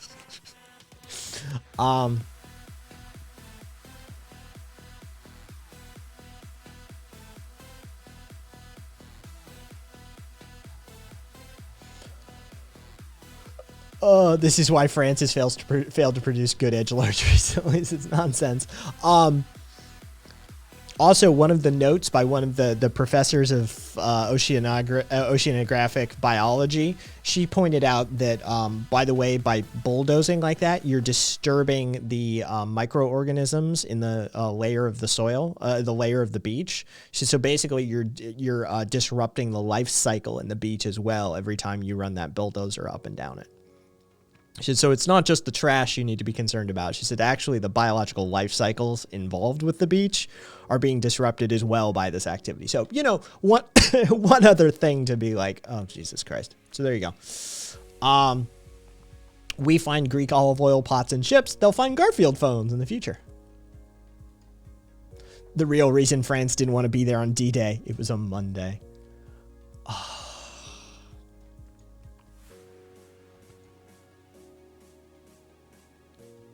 It would, Bidwin. Yeah, it is. It's basically tilling the beach every fucking twice a week during the summer months. Take my upvote and leave.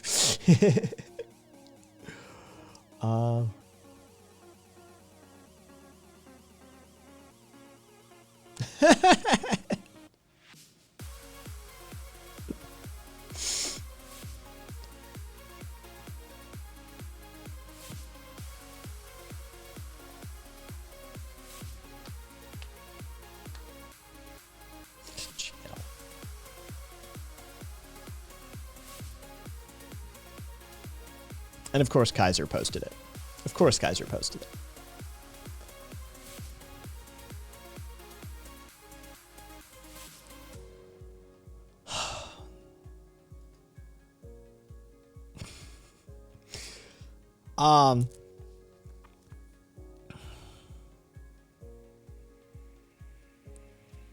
I don't know where to go from here. Like, legitimately, like this stream has turned into just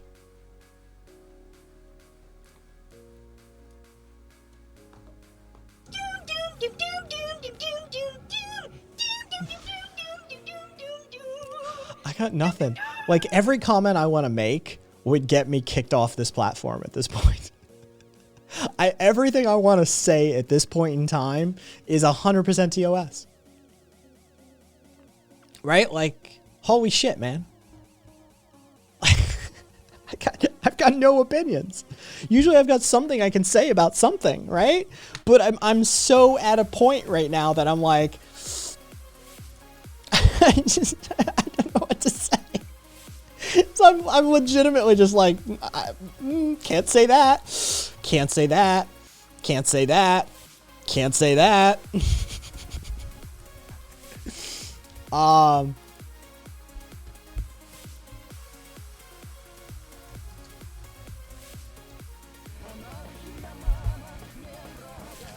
Yeah, Aka, capitalist gay agenda coping biddies. Thank you for the biddies, Aka. Oh. I'm a fucking take. Who suggested it? It was Commune. It's Commune.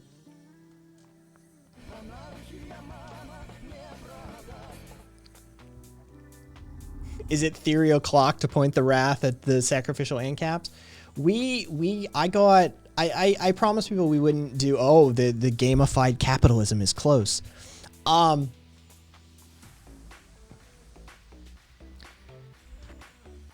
I finished up, thank you guys.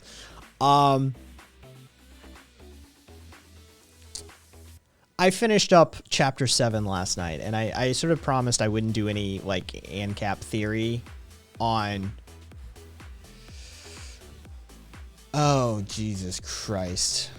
On Friday, on Bad Movie Night, but holy shit, we've, like, went way past theory into, like... I know, right, Caboose? No, I haven't, GL. Oh, wait, how, fucking, hang on, I need to look at this.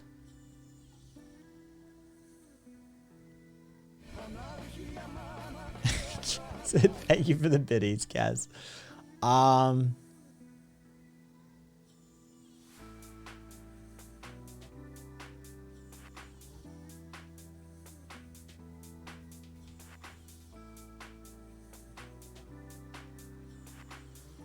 It's always the same. Hi, Bobby. It's always the same with these people. Caboose, give me those federal dollars. Jesus Christ, Scott Punk. Holy fuck, man.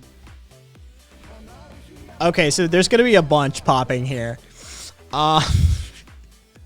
God Punk just gifted 10 gift subs. Holy shit. Who got them? Wesser75, Low Observable Goat, 8 Crimson 8. I'm glad Crimson got one. Mattress Mozzarella Ball, Asian Song. OpenGL got one. Cassiopeia got one. Fortus got one. Big Papa. Boy Meets Mini got one as well. God Punk, thank you kindly. That pushed us right over level 3 into level 4. So apparently, so what you're telling me, since you're rewarding me for this, where Kez, send it to me again. Apparently you want me to do horrible doom more often. Is that what you're telling me? Is this positive reinforcement for talking about horrible black pill stuff?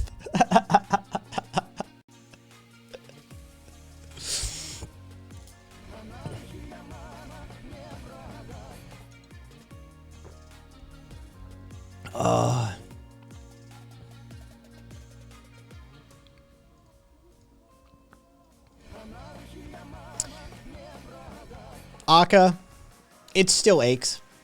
It still aches. I'm using it. It's not braced, but it still aches.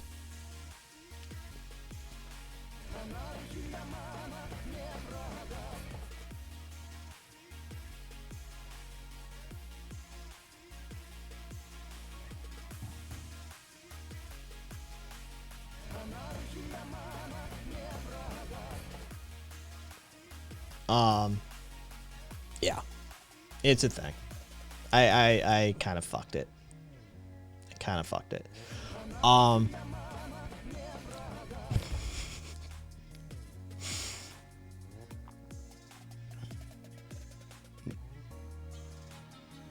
And that's all of them. Am I a Trump supporter? Yes, 100%. Yep.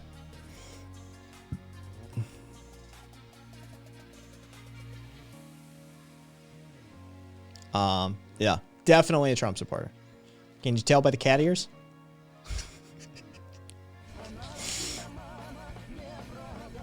We're not saying do the doom every night, but here's some solidarity copium before the fun time copium.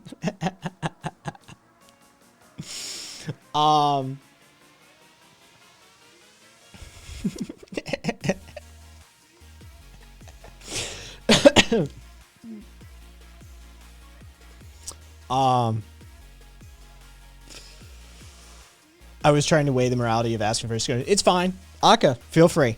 I've been exercising on it. I've been still like easing off of some of the exercises, but yeah. So feel free. So a British vet who was a part of one of the regiments stationed in Northern Ireland during the Troubles died recently, partway through his trial for murdering a 30-odd-year-old man who had such severe learning difficulties he had a mental age of 7. He shot the man in the back of the head as he fled because the man with learning difficulties had a fear of people in uniforms. Wonder why. His whole town and his MP spent all day celebrating the piece of shit. Lovely.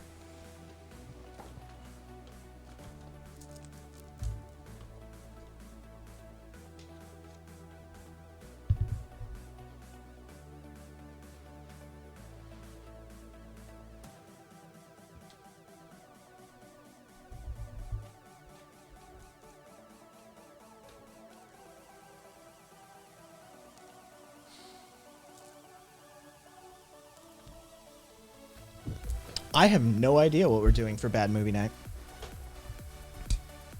Thank you. I have no idea. I used the British and the Scottish as a metaphor. As a metaphor last night, actually.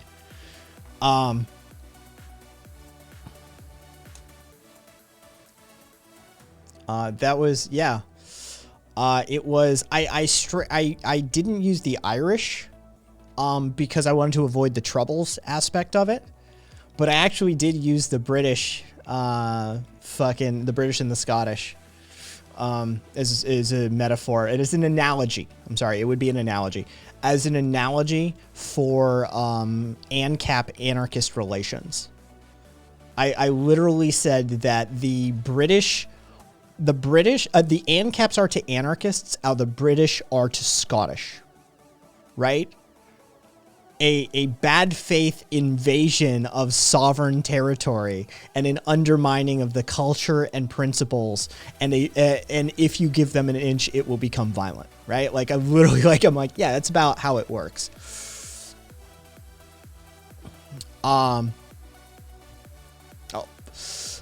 Let's see. Hardcore Trump support is why I come to the stream after all. Anarchy, neo-fash wannabe despot. It's all the same, right? I try to generally draw a distinction between Westminster and the monarchy and the British people as a whole. I hate Westminster and the monarchy. I try not to hate the British people as a whole, but it's not their fault mostly. But this shit makes it very hard not to hate the British people. I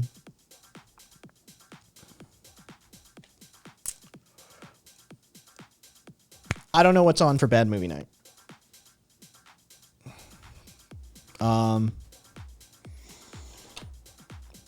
We didn't decide. Let me get the folder open. We didn't decide last week what we were going to watch. So,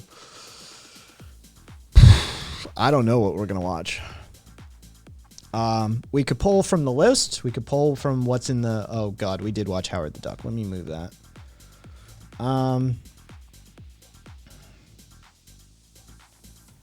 Yeah. That night was a hell of a night, actually. Aka. Anaconda, then Hard Ticket to Hawaii, and then Snakes on a Plane. Dude, we Killer Clowns is on the list, Commune. If you're not already in the server, like you should be. Here, let me unarchive the thread so everybody can see it easily.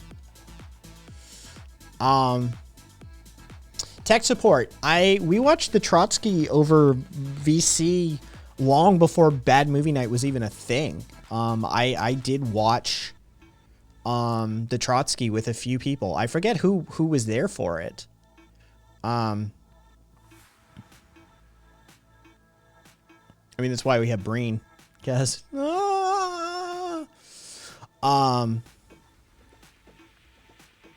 Abraham Lincoln Vampire Hunter. I mean, feel free to add it to the list.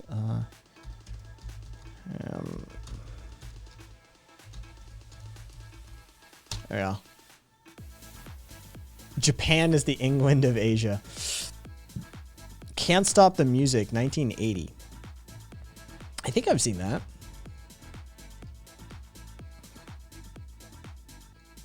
Which one is that? Ah, yes.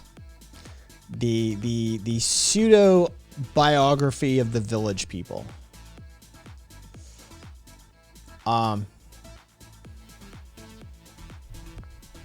Any funny book burning movies? I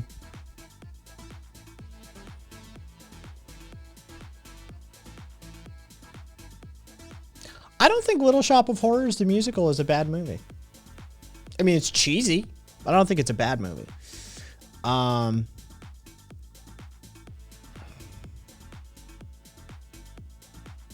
Breakin' and Breakin' 2 Electric Boogaloo.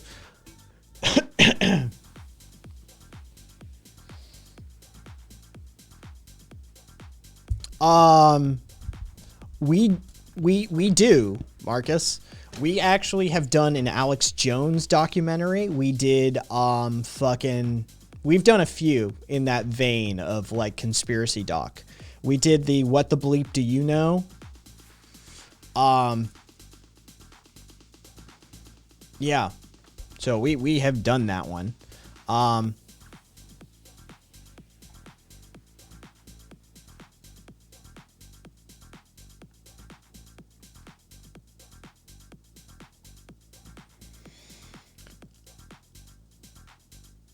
We missed a gold mine by never having a coked out Bobcat Goldthwait. Well, I mean, a coked out Bobcat Goldthwait is just classic no matter what. As Dorothy 2 in Little Shop. Yeah, for Toos. Yeah, he's going to turn himself in like on Monday or something like that.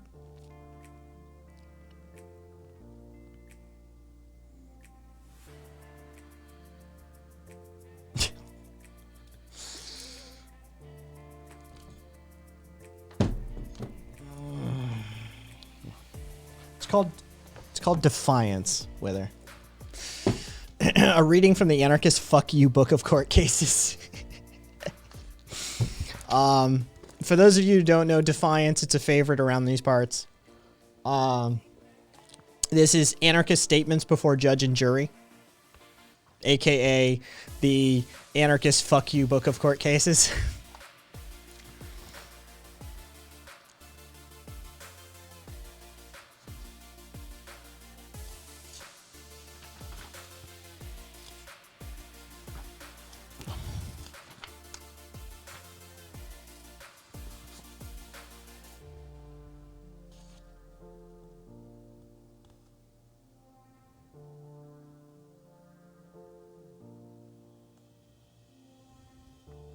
I think we're gonna do Louise Michelle. we're gonna do Louise Michelle.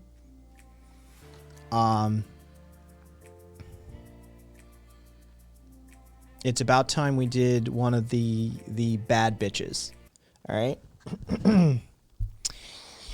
Louise Michelle. Louise Michelle was a French teacher and an anarchist.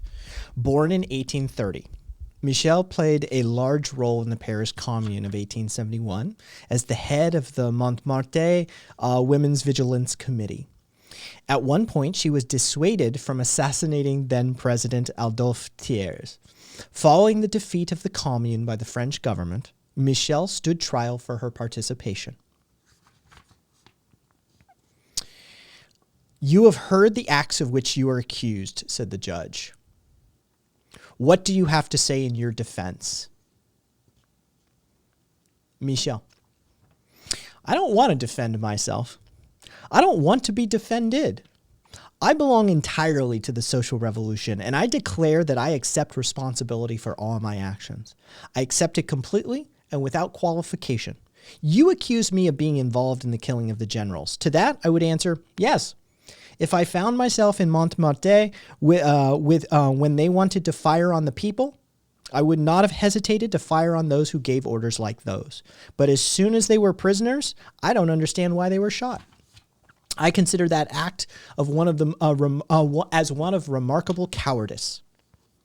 As for the burning of Paris, yes, I participated in it. I wanted to put up a barrier of flames to the invaders of Versailles. I had no accomplices. I acted on my own."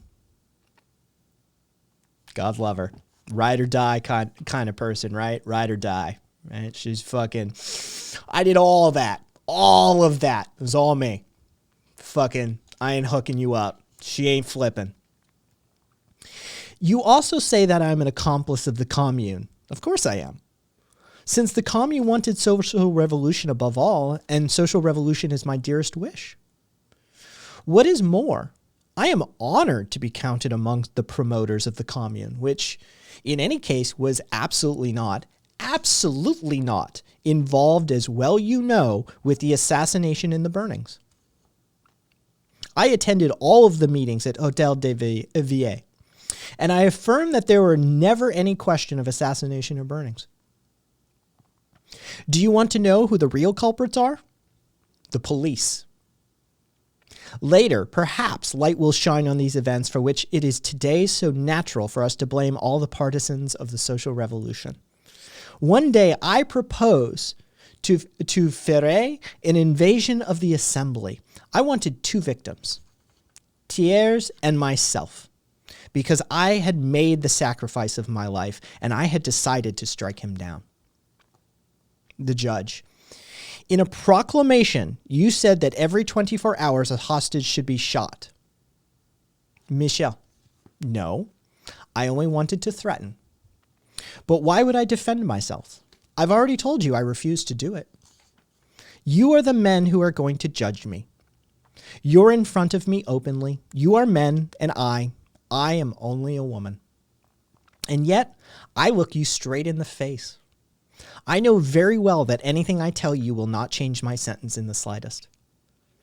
Thus, I have a single and final word before I sit down.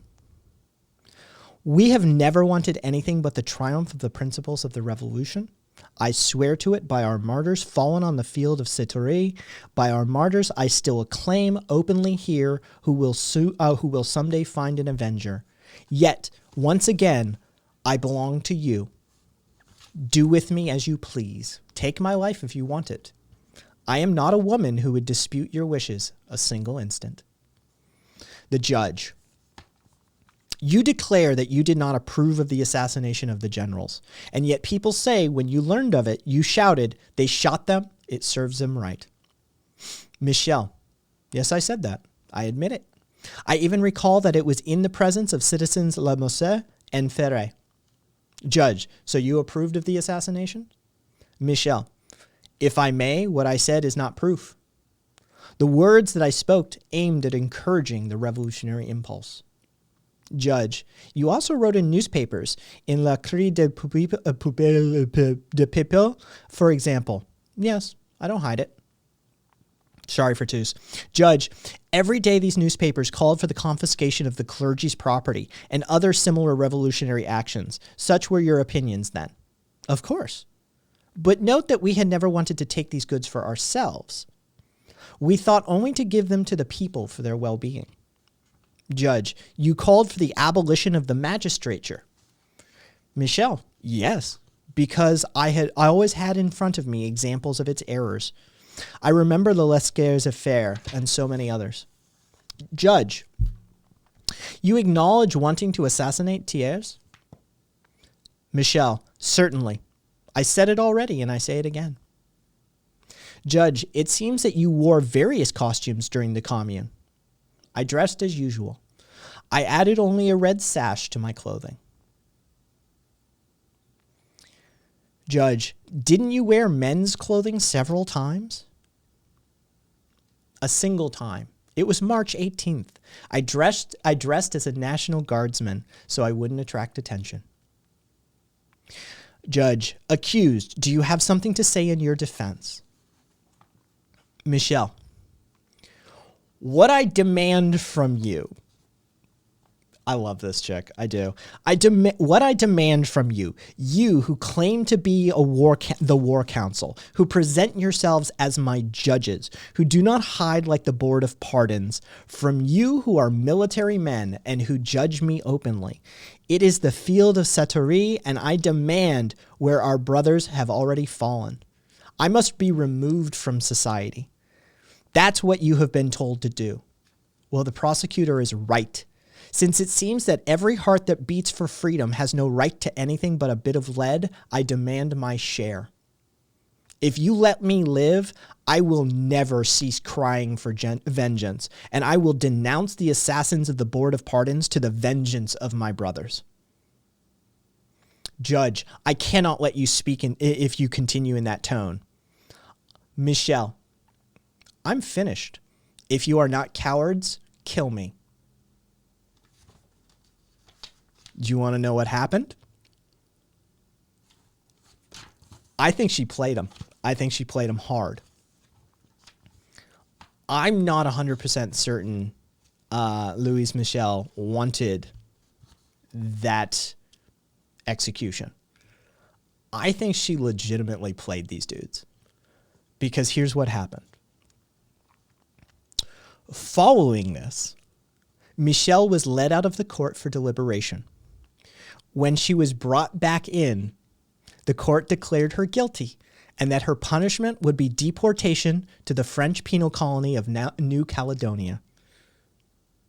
While 20,000 communards were summarily executed, she was deported to one of the penal colonies. When Michelle was informed that she had 24 hours to appeal the verdict, she said, "No, there's nothing to appeal, though I should prefer death." Once in New Caledonia, Michelle befriended people of the indigenous Kanak population, siding with them in the revolt against colonial rule in 1878. In 1880, general amnesty was declared for participants of the Paris Commune, and Michelle returned to Paris, where she quickly began and returned to radical agitation. In 1883, Michelle, along with Emily Peugeot, was participating in a demonstration turned riot for which she was again tried. She gets out of this one too. Political trial. She was sentenced to 6 years of solitary confinement. She had this is her statement from that one. I wish to only say a word. This trial is a political trial. It is a political trial that you will have to judge. As for me, you have given me the role of the primary defendant, and I accept it. Yes, I am the only one responsible. Again. Good night, Kaz.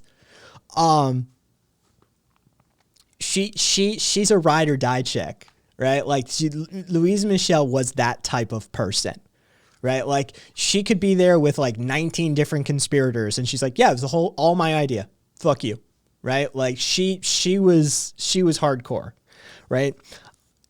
You have given me the role of the primary defendant. I accept it. Yes, I am the only one responsible. It was a long time ago that I sacrificed myself, and the standard that was gone for what could be disagreeable or disagreeable to me. I see only the revolution. That alone is what I shall always serve. I salute the revolution. May it rise up over men instead of rising up over ruins. Louise Michelle.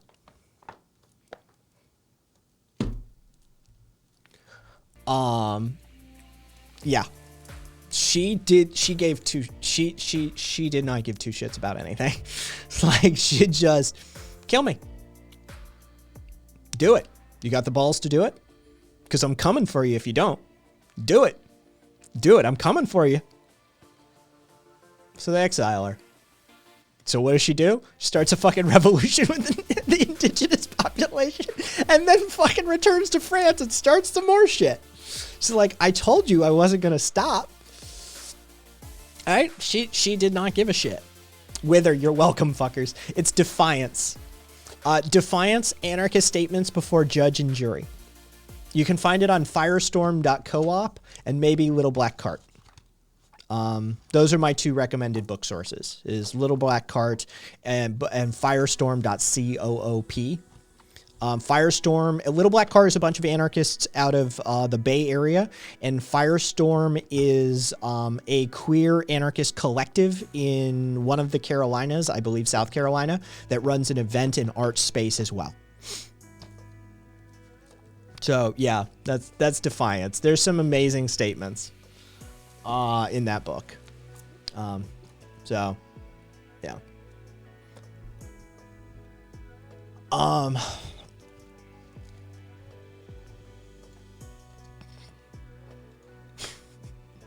Who haven't we, like, we've done a fair amount of these people at this point. Let me we haven't done Malatesta.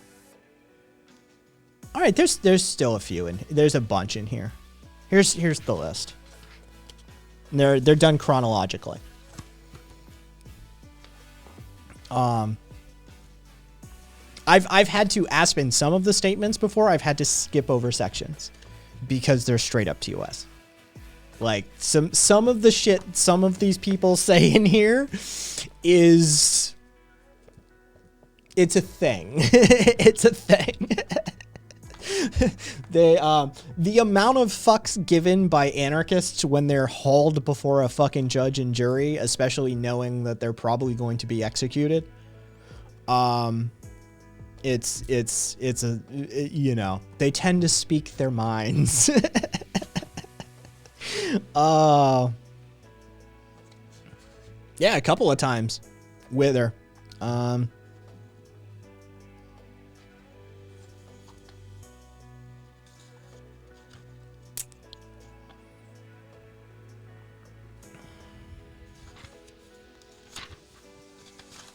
I mean, he's all fucking wordy and shit too. Like, I mean, here's Malatesta. All right. Okay. Starts here.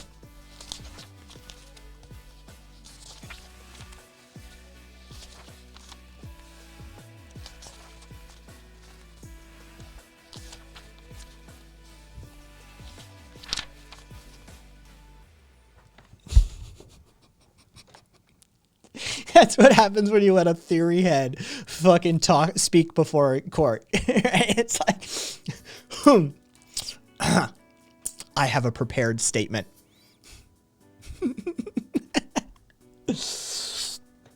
Yeah. Participation in riots and shit like that got him done up. I think it was the bread riots. Yep, bread riots. Yeah, it was the bread riots that fucking got him done up. For the first time.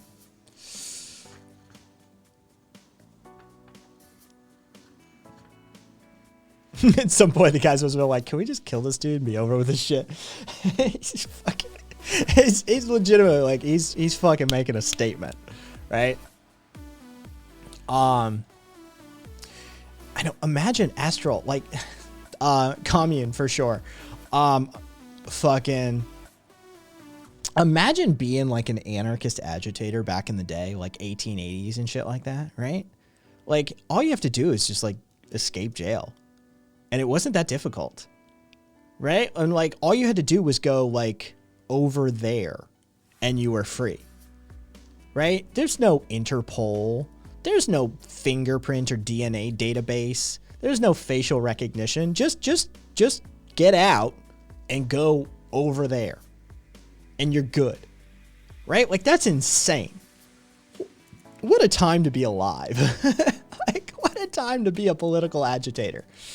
Like that was a thing. That would have been interesting. Let's get this bread. Oh,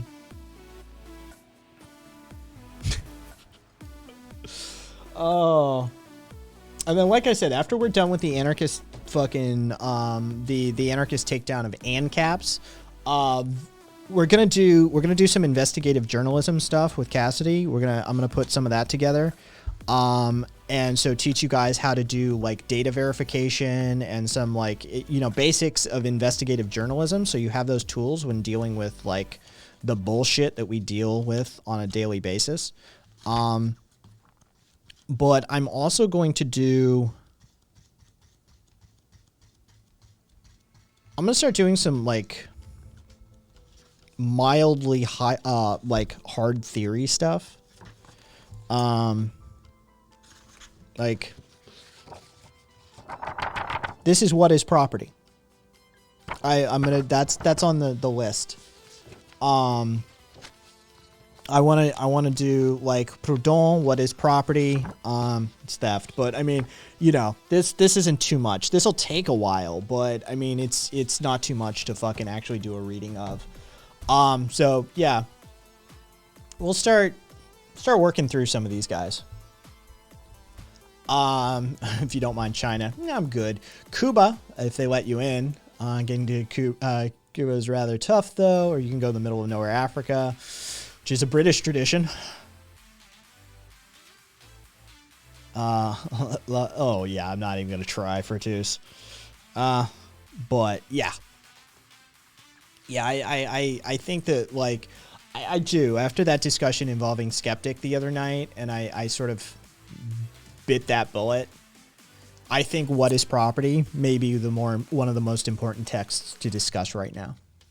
Given where we are with like neoliberal capitalism and fucking private property ownership and foundational ideology surrounding capitalism, I think the concept and topic of discussing property and sort of the Proudhonian takedown of what property is and the dissection of it thereof probably is one of the most relevant texts for anarchists to know right now.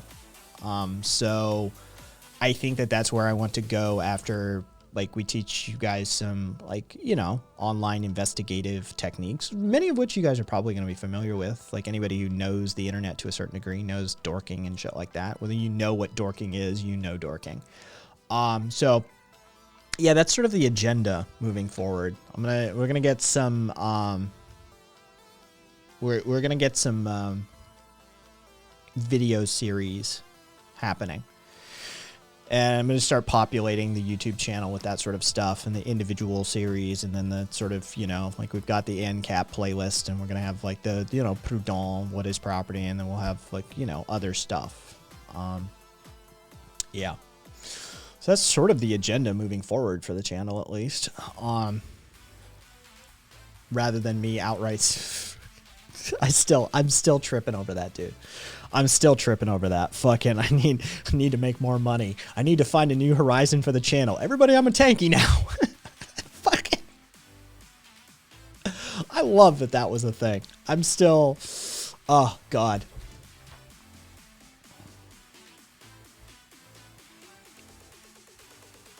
For those of you who know who I'm talking about. If you don't, I'm not gonna fucking name names.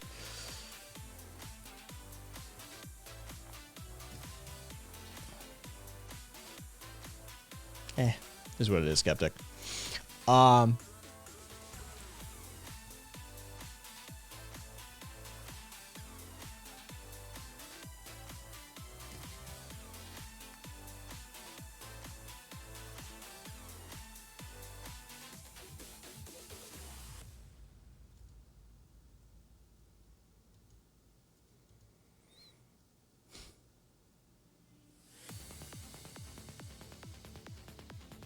Nice.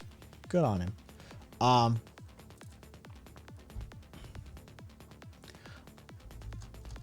I'd love to like have like Swede's compressed version.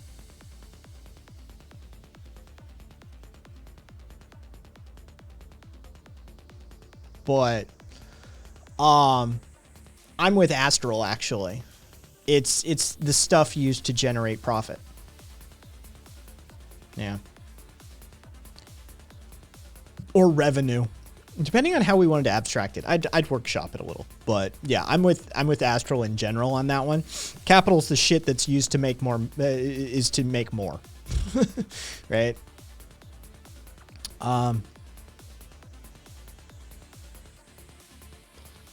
Marcus, it depends who that persona non grata is. There's a couple of them. Send me a DM with a name, and I'll respond to you on air, Marcus. Yeah, send me a DM.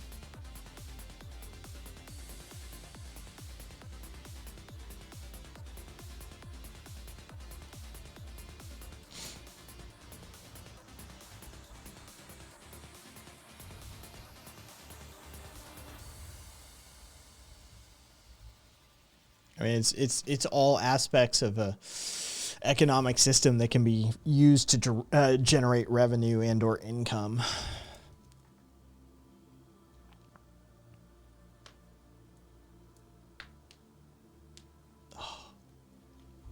That was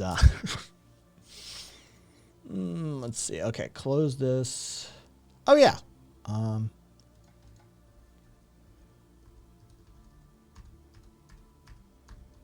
Yeah, let's do that. Hang on.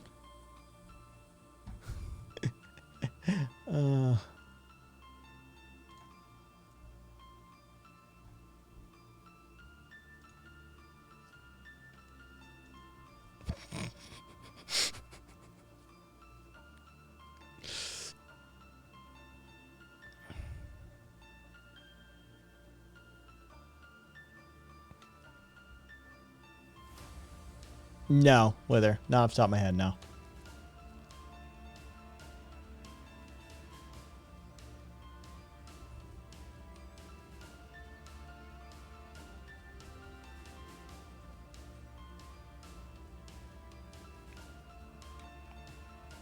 Just a compilation of Climate Change Nightmare. Fucking, we'll just go full black pill, right? Why not?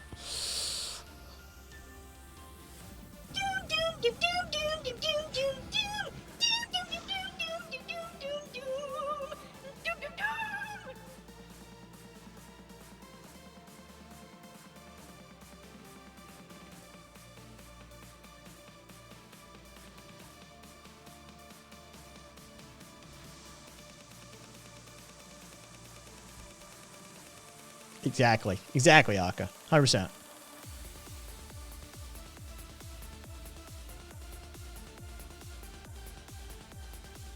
It's strange that this music actually kind of matches up to it.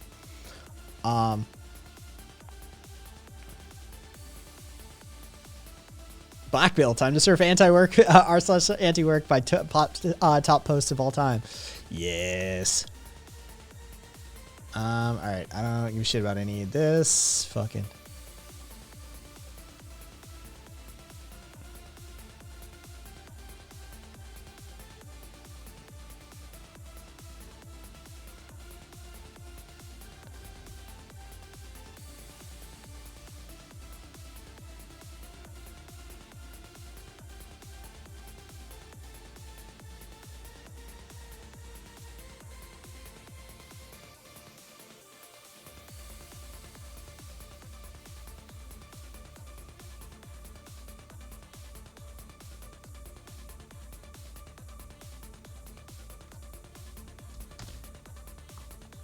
Just off the top of my head.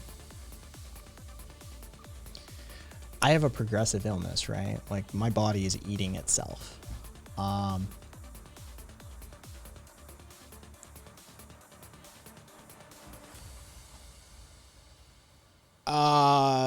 Marcus. No, I wasn't talking about him, but maybe.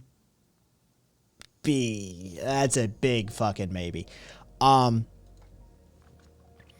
Right? I have a progressive neurological condition. Like, if I wanted to spin the woo-woo shit, right? Like, if I wanted to run the fucking spirit science fucking cuckoo nut grift shit, it's where I wanted you to message me. Marcus was Discord. No incompetency on your part. Fucking, and thank you for the biddies. If I wanted to run the like spirit science woo-woo fucking cuckoo nut grift, like I could definitely be like a fucking guru who's accessed a higher plane of existence. And I have tied my intrinsic energy to that of Mother Gaia, and that's why I'm suffering, and that's why it's progressive. For as long as humanity continues to degrade the ecology of the Earth system, of the Earth's biomes, my physical being is intrinsically tied to that, and I suffer and feel just as she suffers and feels. Our suffering is one and in the same. Right? Like, I had this fucking, as I was fucking watching that, like, grift moment, that I'm like, oh yeah, you can fucking be one of those people, you know? Unneat, thank you for the Prime sub. Oh, thank you kindly. Yeah, oh, thank you so much, Neat. And welcome. Buddhist, I'll join the cult if you do that. You're very special. That's brain works. I was like, yeah, I could run that grift. Hold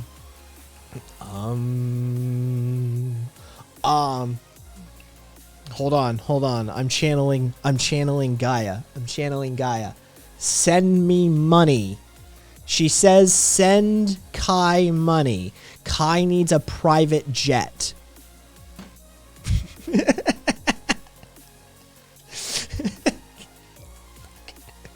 Oh. Fucking. Hold on. I'm getting a message from the great beyond. Kai needs an island.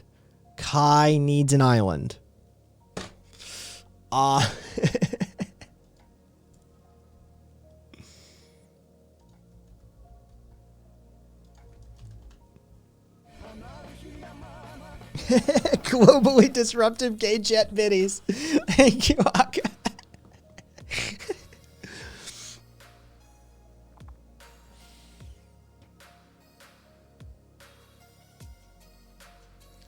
Yes. Then we can become Planeteers.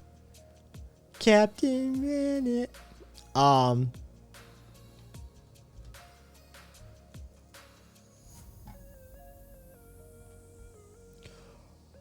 If we're making a new cult, can we get people to drink their own special, our own special Devax cocktails?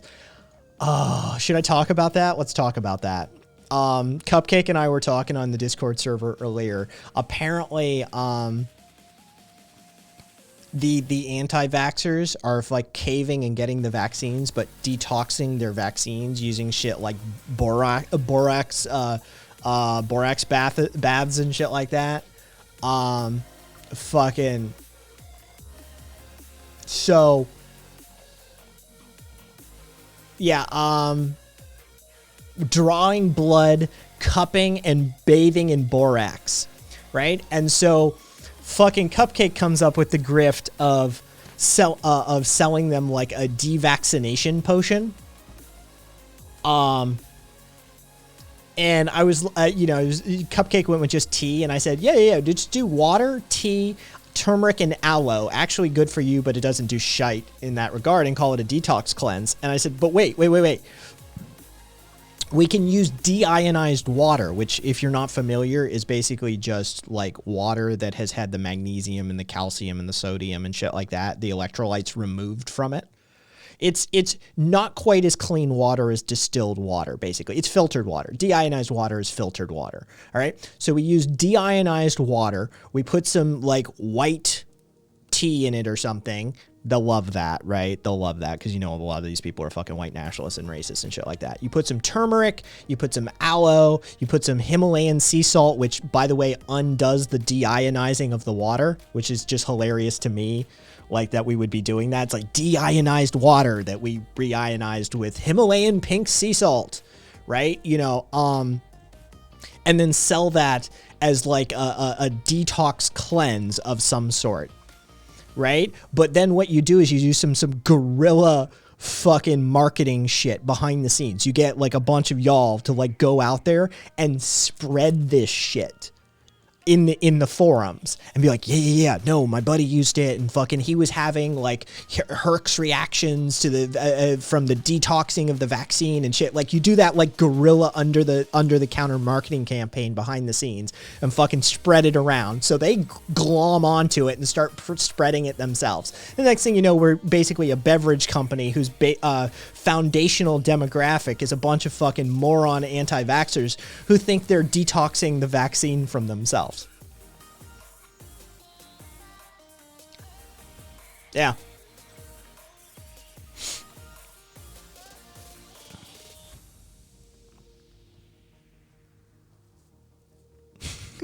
It's fucking...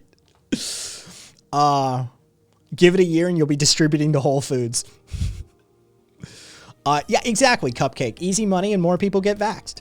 Some sense. I don't want to add a laxative to it just because that would be problematic FDA-wise. Monk fruit sweetener, you know, yeah, like we'll make a fucking beverage. For those of you who don't know about the beverage company idea, we actually have done the beverage company thing before.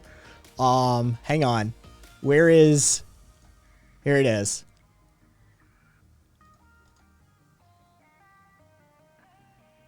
Open the original. This is courtesy of Fructose.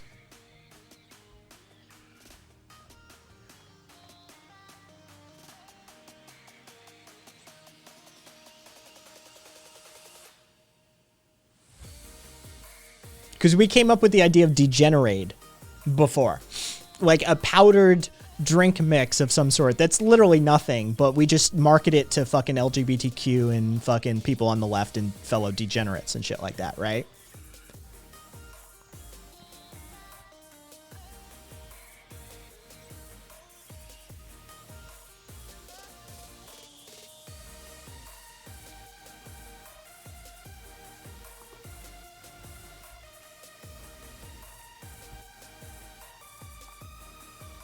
Yeah, Aka.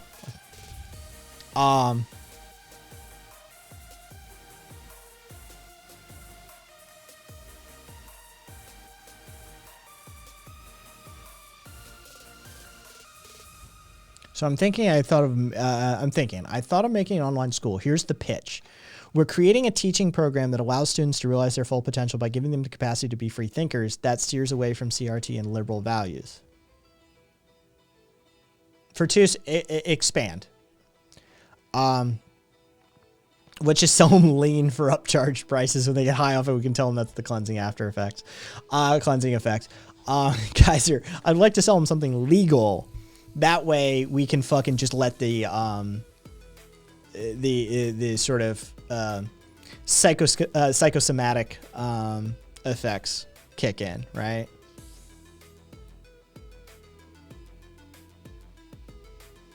Yeah, we'll just go for like full on, like, yeah, enhanced placebo. We'll just go full placebo on this one.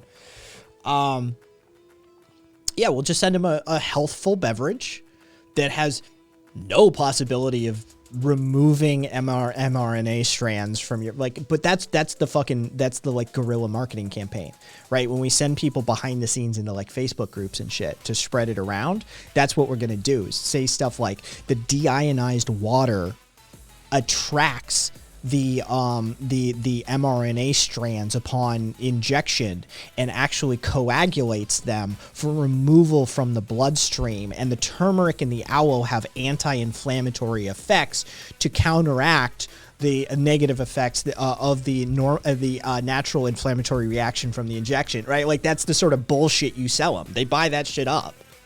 Like, yeah, it's fair enough, Exel. A nice dose of niacin in the drink, feel the vax burning out of you. Yeah, exactly. And it would counteract the slump that you feel when you get the injection.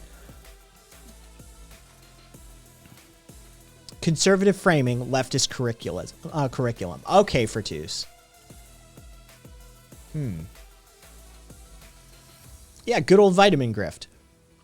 Fertus, I wonder how long you'd be able to keep the auspices, the front up. Oh, God. Reminds me when people were buying Faraday cages for their routers to protect them from 5G. Yeah. It's good old fucking vitamin grift. I mean, AJ ran it, right? That's what Alex Jones was running for ages, was just a vitamin grift. Of course, he was getting his shit made in fucking China, and people were, like, had independent, assays done.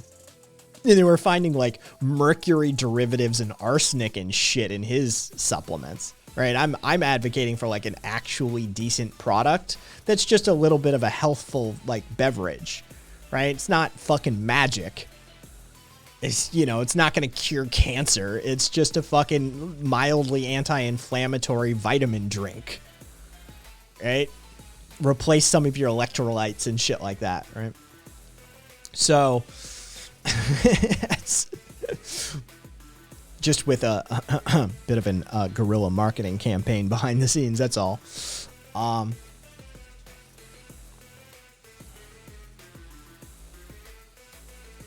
Yeah, all right, Buddhist.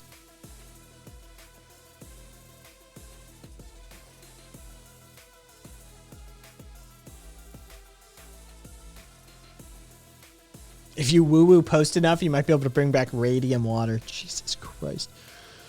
Let's not try and bring back radium water. Oh, shit. Holy water. Holy water. It's baptized too. It's baptized too. Holy shit. We totally fucking missed that.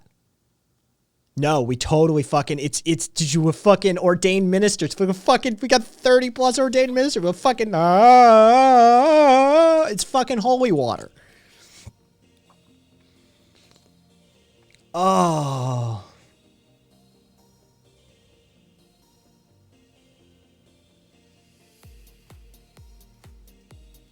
Sweet. Jim Baker already does the whole water in vials, right? Like, so we make him a fucking a D-Vax drink, and then we bless it.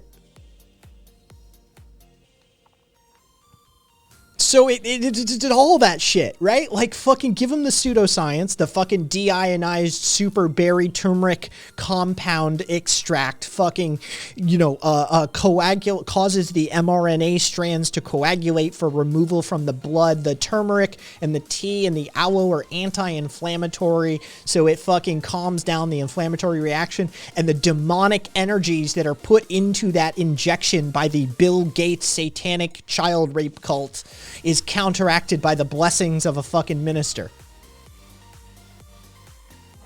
All I'm saying is we could make a lot of money.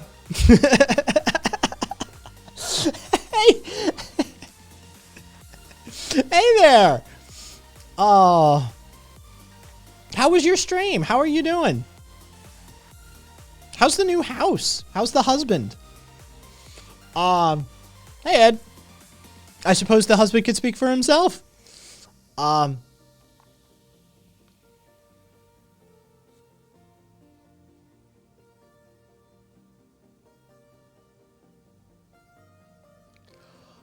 FTC sued him for selling the stuff. He now sends it out free and asks for donations. He ended up making more from the donations after the campaign.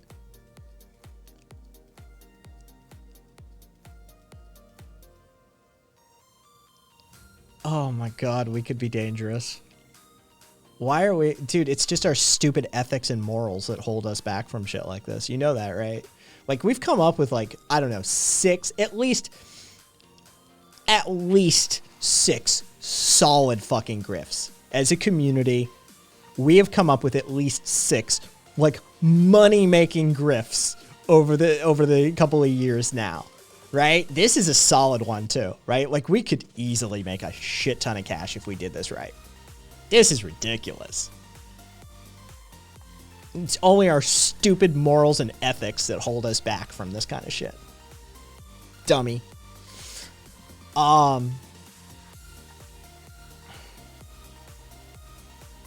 Yeah, we have a good plan for the money, too.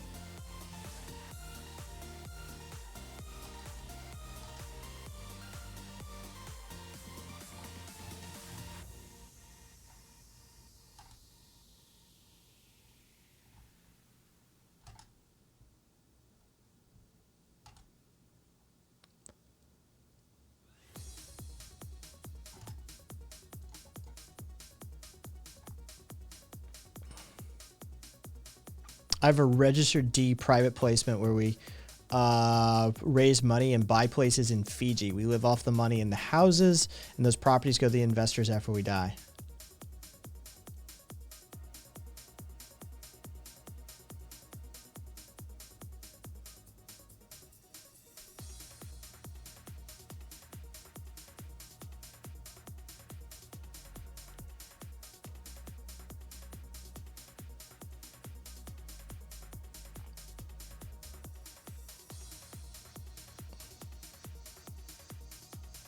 Full-on free rich lifestyle, no risk. It's all disclosed. All right, here's what I'm feeling, and I'm about to do this openly on air. I feel like we need a new channel on the Discord server. I feel like we need to start fleshing some of these out.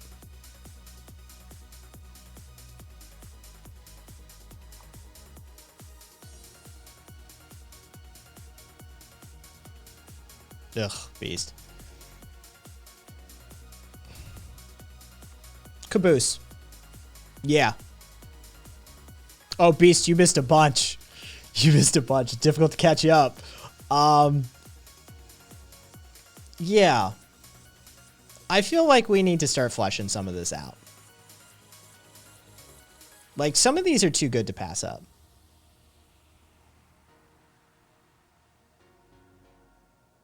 We're going to talk more about this on VC afterwards.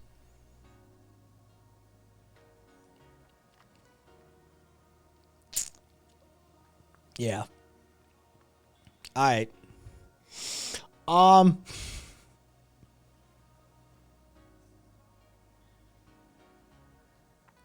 So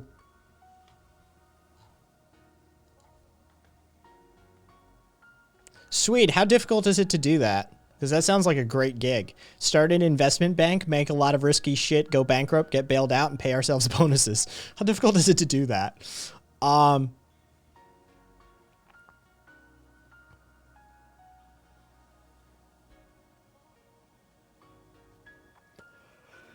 Yeah, I caught that. The fucking fascist saying like that racism never existed. Really easy unless your company is named Lehman Brothers.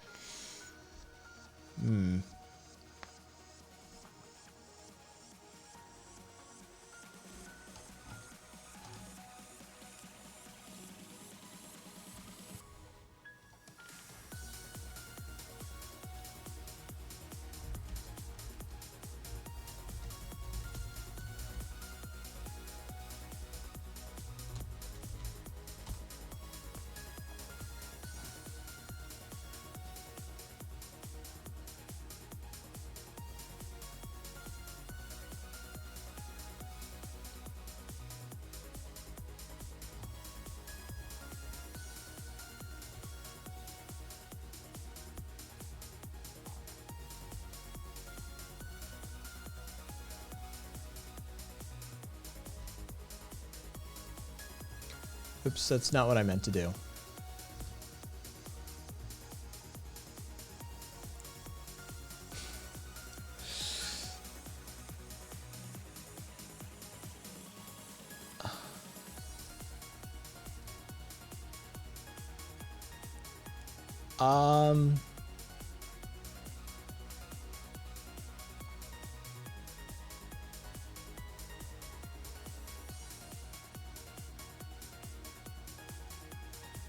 Permissions. Yeah.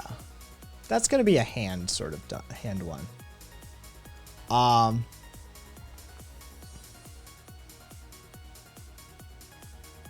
Jesus Christ, Cassidy. All right. I'm gonna do a thing here. Yes.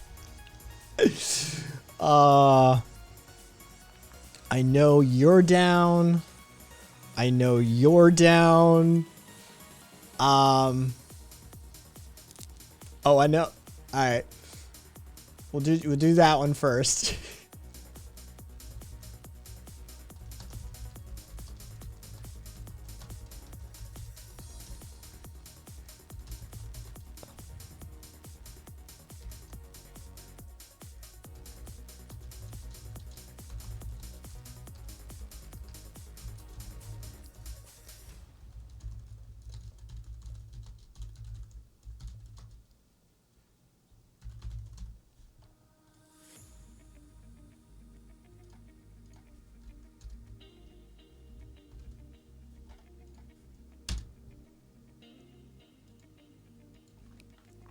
A few of you should check Discord.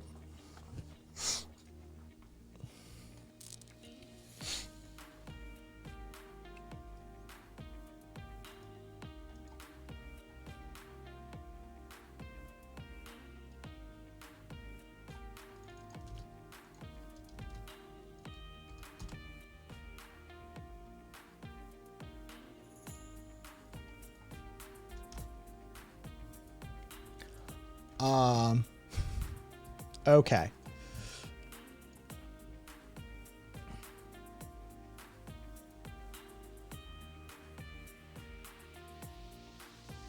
Yeah, sweet. I'd keep your mouth shut. All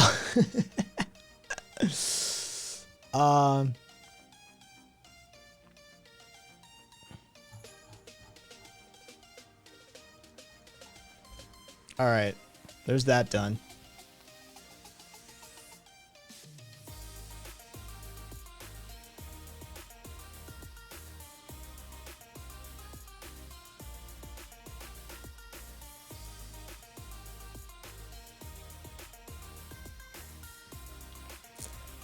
All right, what are we going to watch for Bad Movie Night?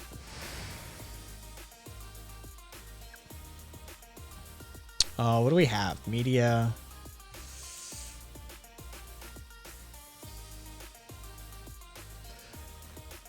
Skeptic, I don't know, but maybe. Maybe not. Depends what we get into.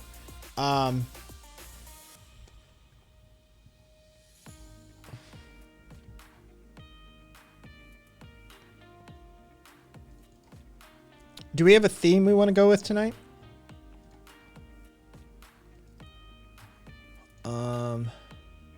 Oh, Karina, remember for fucking the lists on Bad Movie Night, you got to put them individually because we want to be able to check mark them. Just so like mazes and monsters, dark dungeons, skullduggery, that sort of thing. Yes, Karina. All right. I don't know. Depends what people want to see. If you're participating in Bad Movie Night, go check the movies we want to watch list.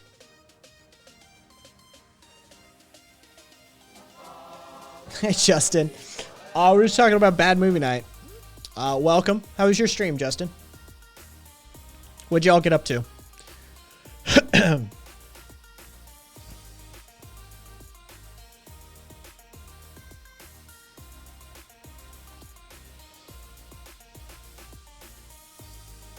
Mazes and monsters, dark dungeons, skullduggery. Let's see.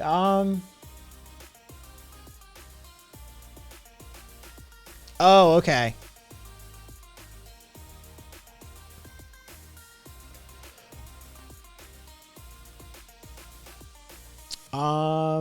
Yeah, let's see.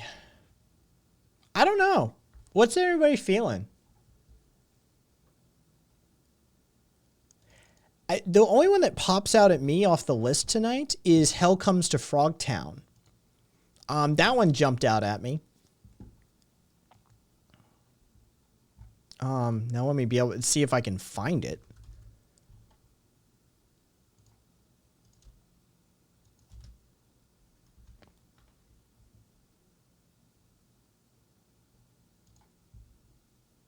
Let me guess, it's just literally on YouTube. It's literally just on YouTube. Oh, some days.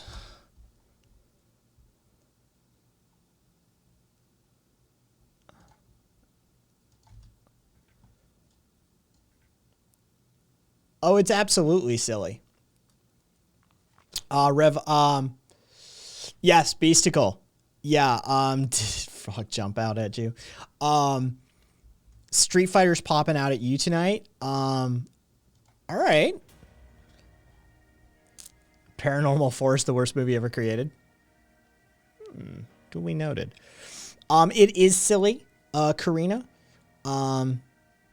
Yeah, Raul Julia. Dude, he was in so much pain. Dude, that's such a sad story. That's why I actually have difficulty watching the Street Fighter movie because I know that story. It's actually really fucking rough. Yeah, he did it for his kids and his grandkid. Yeah, he wanted the paycheck for his family, and his grandkid thought Street Fighter was really fucking cool, so he did it for him. He wanted to leave something that that his grandkid would be able to enjoy. And he was like, it was bone cancer or something like that. He was in so much pain filming that movie. And he gave a fucking he gave a performance that is above and beyond the quality of that movie. Yeah. He brought some classical stage presence to that character that it's just I find it sad watching Street Fighter. Street Fighter with like the original Mortal Kombat to take the edge off. If we did Street Fighter and then Mortal Kombat. Sorry, that shit's forever ingrained in my head. I'm a Mortal Kombat kid. I was there for the release of all those. I saw that shit in theater, by the way, right? And the arcade was right around the corner from the theater. And in the credits, they put some of the codes, some of the icon, the symbolic icon codes that we needed for some of the larger codes in the Mortal Kombat 3 Ultimate Edition in the arcade. So we saw that shit on opening night and immediately fucking wrote down the fucking icons that were on like during the credits and fucking out to the arcade to unlock some fucking secret characters. They don't make games like they used to, folks. They really don't.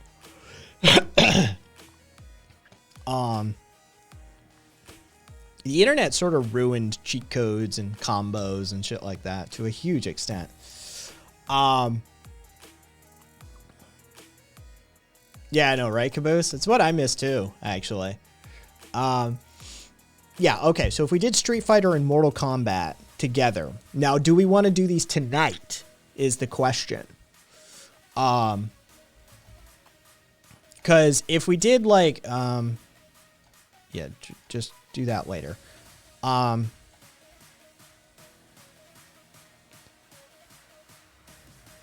cow level in Diablo.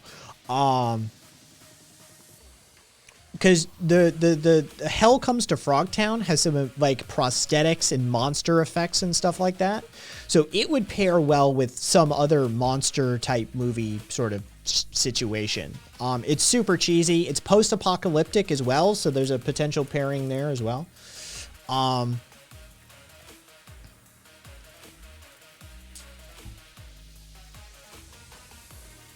Oh, I think you need to talk over Hell Comes to Frogtown. As for like Street Fighter and Mortal Kombat, potentially both of them.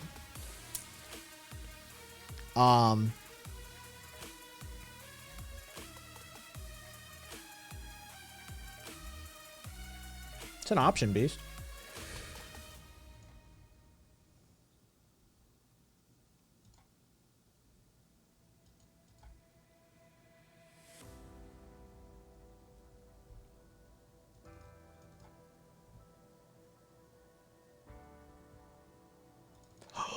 Okay, hang on. I've got a pairing.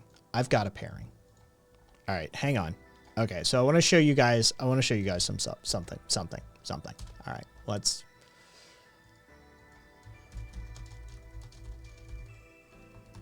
All right.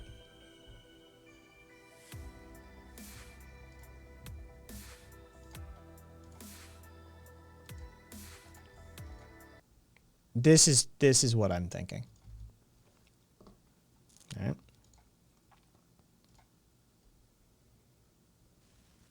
In the future, after the big war, there will come a time to rebuild and a need for a new and special kind of soldier. This man is carrying a loaded weapon. Prepare to meet the next great American hero. That's where you come in. Are you serious? His name is... Hell. Sam Hell. Never heard of you. We're going to Frogtown.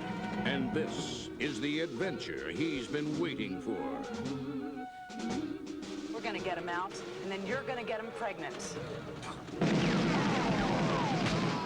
And if anyone's got a chance in hell of rescuing the virgins from the evil clutches of Toady... It's a miracle.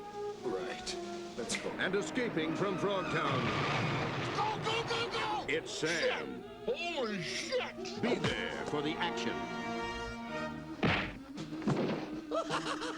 The adventure. Oh, Sam! What are you doing? And be there for the dance of the three snakes. Dance or die! We're all gonna die. When hell comes to Frogtown. Starring Roddy Piper as Sam. You are one weird dude. Sandal Bergman as Nurse Spangle. Wired to blow. Hell comes to Frogtown. Eat lead, froggies! Oh, I mean, that's every trailer. Astral actually managed to get there ahead of me. Because that's what I was thinking, Astral.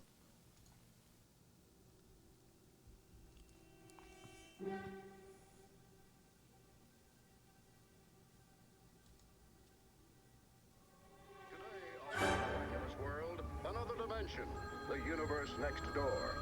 An alternate world separated by time and space and yet somehow joined and contiguous with our home. Mario Brothers Plumbing. No leak too small. No. Don't touch it. No, it's not a big problem. Just leave it to the professionals. We'll be right there. Luigi, we got a broken dishwasher at the Riverfront Cafe. You know what that means? Yeah. We got work.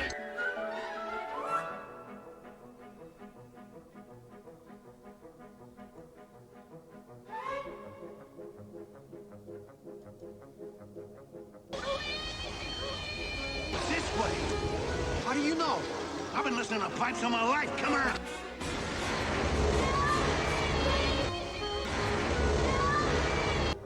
Did you see that? Yeah. Down there.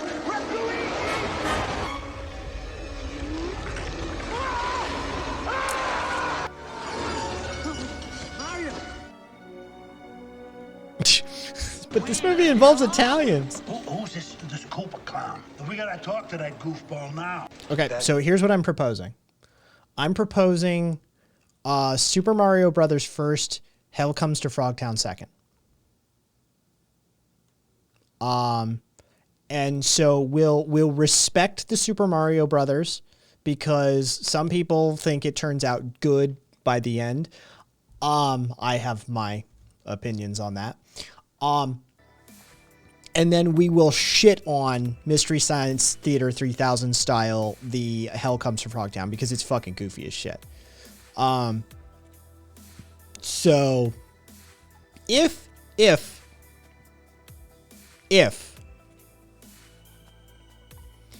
we make it to number 3,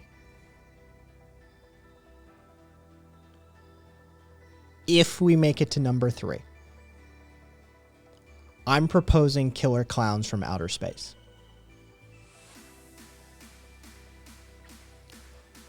The theme here is good prosthetics and good technical effects, but shitty movies.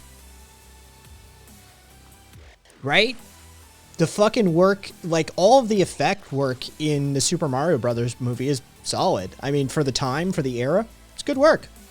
It's fucking good work. Some of it's cheesy, but some of it fucking works, right? Same for Hell Comes to Frogtown. Dude, the prosthetics are way above that movie. Killer Clowns was done by a bunch of effects experts. Yeah, so that's my proposal for tonight's lineup, is movies that did not live up to their effects.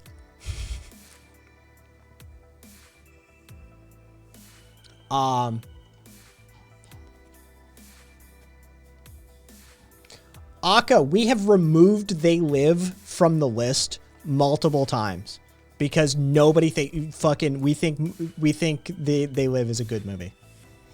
Yeah, we've actually had They Live on the list multiple times and have removed it multiple times. No, it's okay. I know, like, you don't know. I'm just telling you, like quite literally, we've put it up and taken it down, put it up and taken it down a few times because we've fucking gone back and forth on it. And the general consensus is They Live is a solid fucking movie.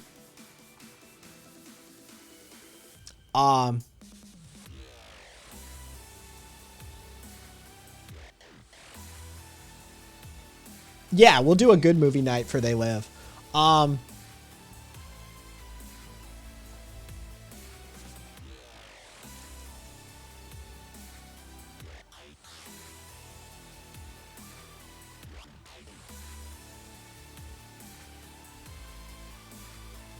Jesus, that takes for fuck ever. Done. All right.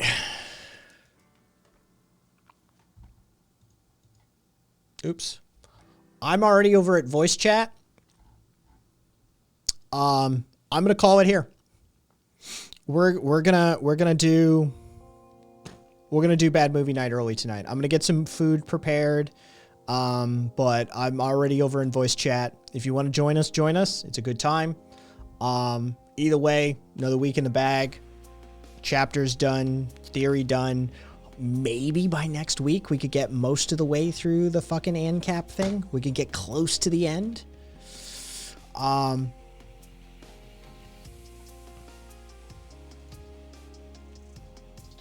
Either way.